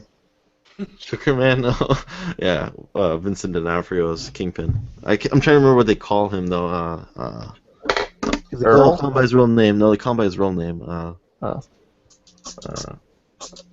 Wilson You don't- Fisk. They call him Wilson Fisk. What do they say in Men in Black? You don't look right, Earl. Yeah. Looks like your skin's falling off. He pulls his head back. Yeah. Is that better? Yeah. That's funny. No, like what's it called? It's one thing they do that too for Jessica Jones too, where they don't call him like he doesn't do like, like my big beef. One of my big beefs too with like the Suicide Squad trailer is when they're like, "What are we, some kind of Suicide Squad?" They do that in the trailer. Yeah, when they tell the title of the show. I'm saying like that, and like Wilson Fisk doesn't say like at all in the like in Daredevil, he doesn't say "call me Kingpin." He doesn't do something like that. They just call him Wilson Fisk, and everyone like and they do that kind of too with Jessica Jones, where they don't call the main villain Purple Man. They call him they call him Kilgrave, and what's it called? Like I remember my buddy trying to sell me because he said Purple Man. He's mostly a Daredevil villain, but he was on Jessica Jones. But then Do they tie it together somehow? yeah, because this whole series is going to be like connection to one big Marvel series called The Defenders on Netflix. Oh, okay. That's going to be Iron Fist, Luke Cage, Jessica Jones, and Daredevil. They also have like the same villains, so you'll probably see like Kingpin on Jessica Jones or Luke Cage or something like that. Wouldn't this be cool to have like Netflix exclusive Ghostbusters series? Like, anyway, I'm just thinking along the universe. I think it'd be better if Spider-Man had his own like series, because then you can actually develop your characters more as opposed to trying to rush them in a 2-hour movie. Yeah, you could get you can get Tobey Maguire back. You could get Garfield back. Whoever this new kid is, and then whoever they're going to replace that kid with, right? So they have those 4. They're Spider-Men, right? We do the different universes, like Spider-Man 2029 or whatever, or 2049 or something There like that. you go. 2099. Anyway, noir Spider-Man. I'm going all in for this whole universe thing. At first I'm like, it's going to exhaust it, but no, I'll ride it till this horse is dead and drove into the ground. So, sure. So this whole Marvel universe thing is happening on Netflix and in the theater. So, well, then you got like, which one do you have? You have the Flash, and then they spinned off Arrow, didn't they? From that, and then they spinned off DC's Defender of the Universe or something like that. Legends of Tomorrow. Or Legends of Tomorrow, yeah. Was I thinking Masters of the Universe? Yeah. Well, I really like the Flash series a lot. I think the Flash series is pretty good. My only complaint about the Flash series is I think it'd be better if it was like a 13-part episode series as opposed to the 22 that they have to drag it out to. Yeah. But I really do like the Flash series. Like I said, like that's I wish they didn't drag it out as much, but I also think the guy who plays like the Flash is great, and he should be like in the movie, the Justice League movie, but they recasted it different actors because they're like, oh, this is the movie universe and that's the TV universe, and this is in no way relates to each other. Yeah. So, it's because DC doesn't want like their TV properties to be in relation with their movie properties, but I don't understand that. It's I don't know. I still get more upset about I think people trying to tell me Gotham's a good show. It's actually it's not bad, but man, it's like people try to sell it to you as that it's an amazing show, and I think my buddy once said it best to me. He's like, "If Commissioner Gordon can stop like Mr. Freeze and Hugo Strange and Penguin, why do you need Batman at all and ever to be in Gotham?" It's I don't know, it's a hard sell. Yeah, I didn't really check it out. That's on TV? Yeah, it did start off too very much hokey, like the complaint, which is like Yeah, people said it's way over the top. Like, oh, that must make me the Joker or the Riddler. yeah, they did that in the first episode where they're like, "Stop with those riddlers, you riddler," or something like that. Oh In the my first gosh. episode, like it's like stop with the in the very first episode because they have baby. I always call everyone baby on that show. Like Baby Riddler, I call him Baby Mr. Freeze and everything. Ice Like Cube. Baby Commissioner Gordon, because it's like a Muppet or something. yeah, but it's there's so many like little moments like that too where I'm like, ugh. But I don't know, they stepped up the violence in the second season, so everyone like creams their pants over it. So yeah, because they show like on basic. What's up? Oh, sorry. I'm gonna head out. Okay. Yeah, but have a good night. Bye. Bye, Rose. See you guys. See you later. But what I'm saying, it's like basically it's just like I know like they show like some blood on the ground on basic television, so everyone's like, "Oh my God, can you believe they showed blood on the ground?" And I'm like, if you watch like something like on cable or HBO and you see like Game of Thrones basically, and I think that's like an American affliction, man. We don't have that kind of censorship. Yeah, I mean, did you ever see like you watch Game of Thrones ever? I haven't seen it. No, I haven't watched it. There's an episode in the second season, man. There's an episode in that second season where the queen orders like the king's all of his bastard children to be killed. So like there's no like whatever like Line. like a line of the blood or something like that for the king being up. So one of the whores, because there's like a royal whorehouse basically that he used to frequent, like one of his hookers baby gets killed, so she's like can't stop crying.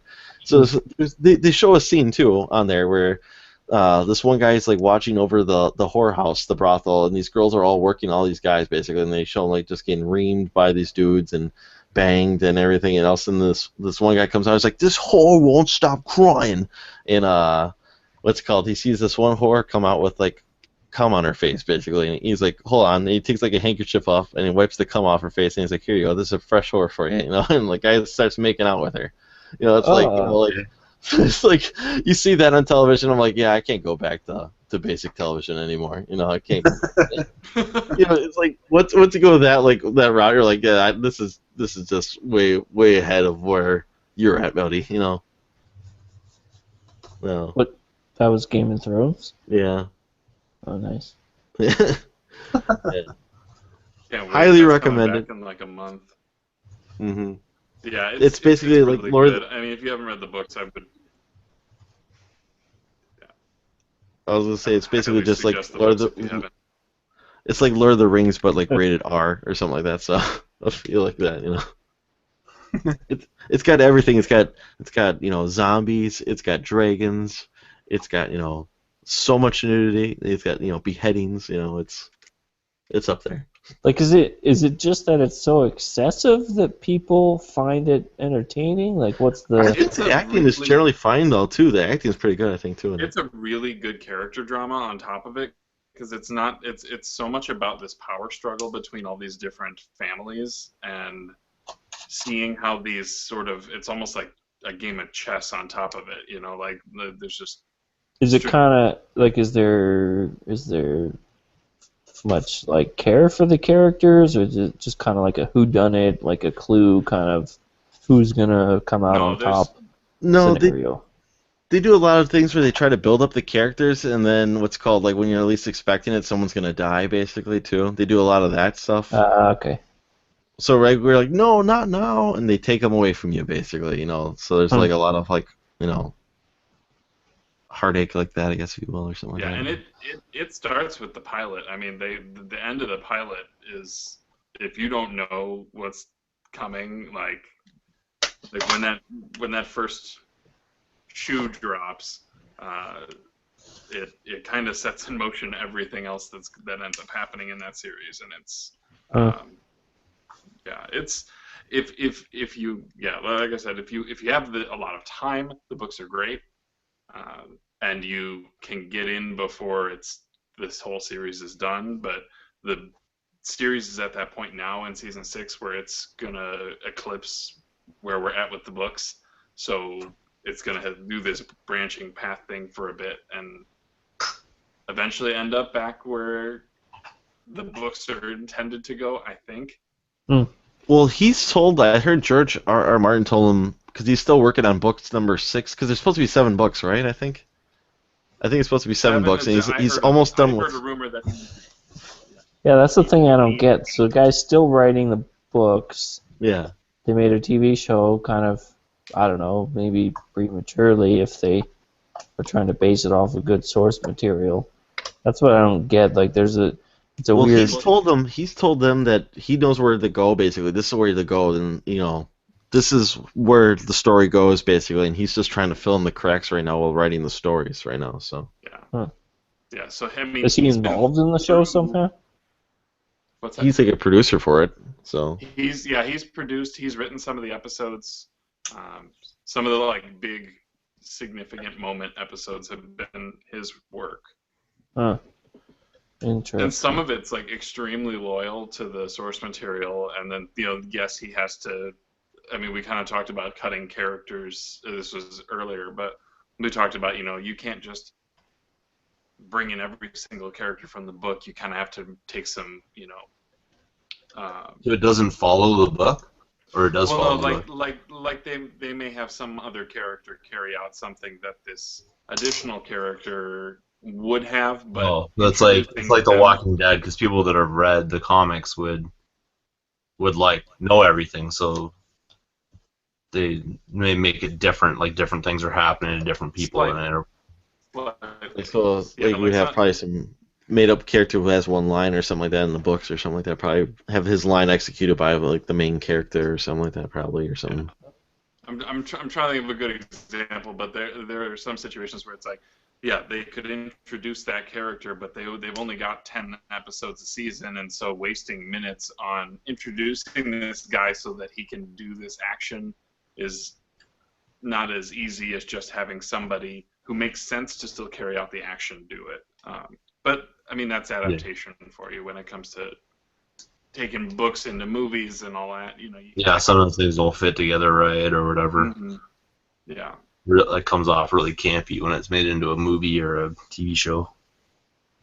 Well, I'll probably give it a season.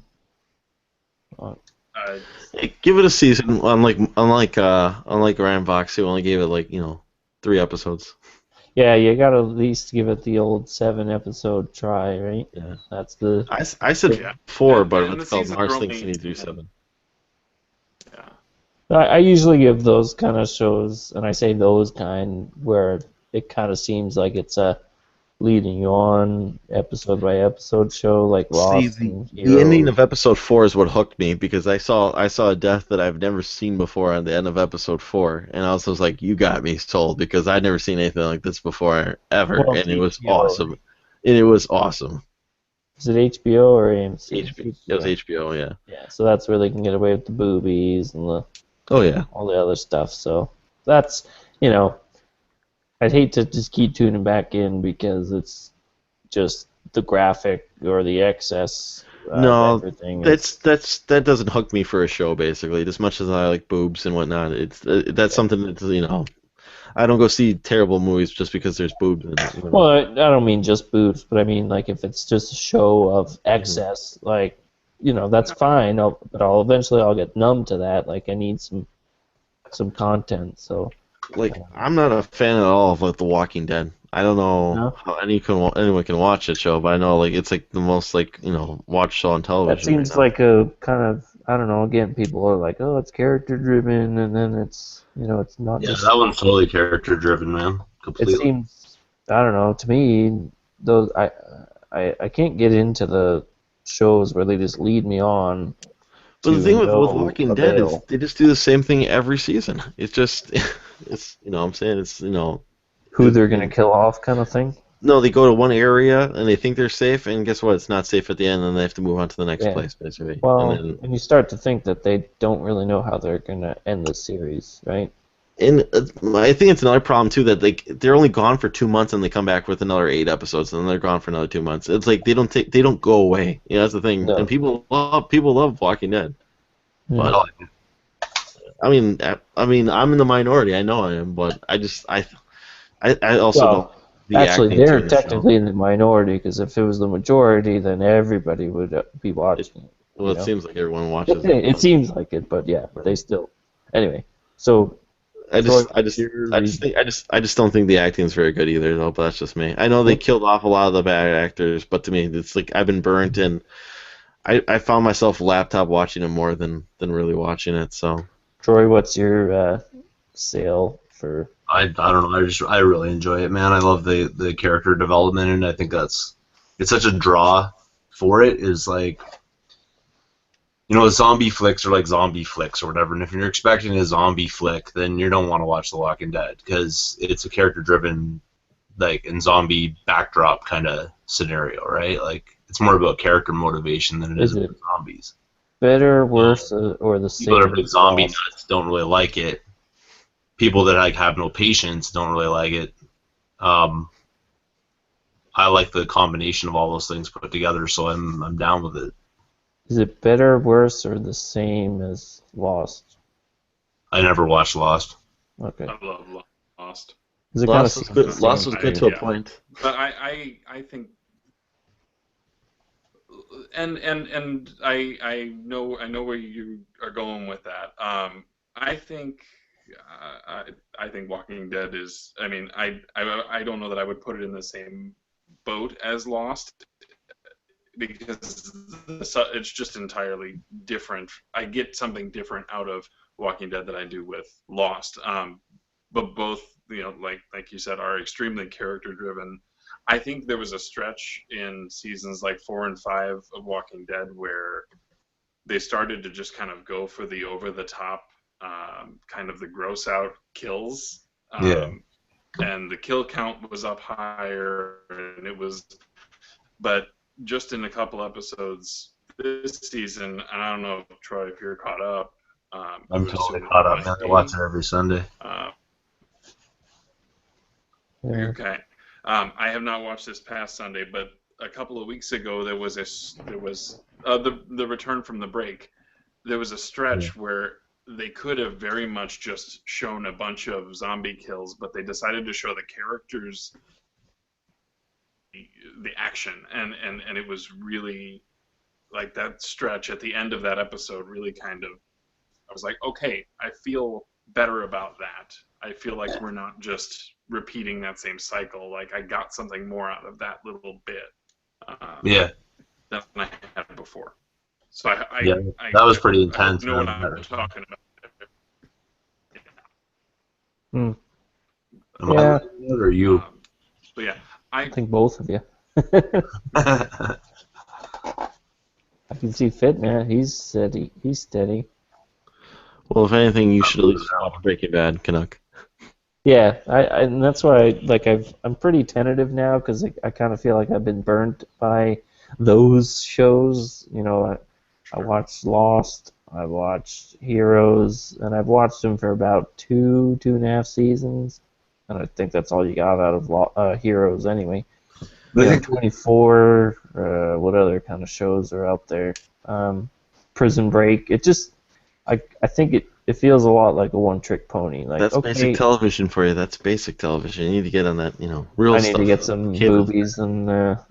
Well, actually, there's a little booby action in Breaking Bad, but like on AMC that was edited, so you didn't see it. But like on the Blu-rays when they came out, there was like an episode where like Jesse is like the co-actor of the show, basically the co-lead or something like that. Like he gets like a wad of cash, basically. So like he goes and burns it completely at a strip club, basically, and he really should have saved that money. He shouldn't have like burnt it, but like that leads to like something like that, basically. But they show like the strip club, basically, where you see the boobies, Yeah. And he's doing coke.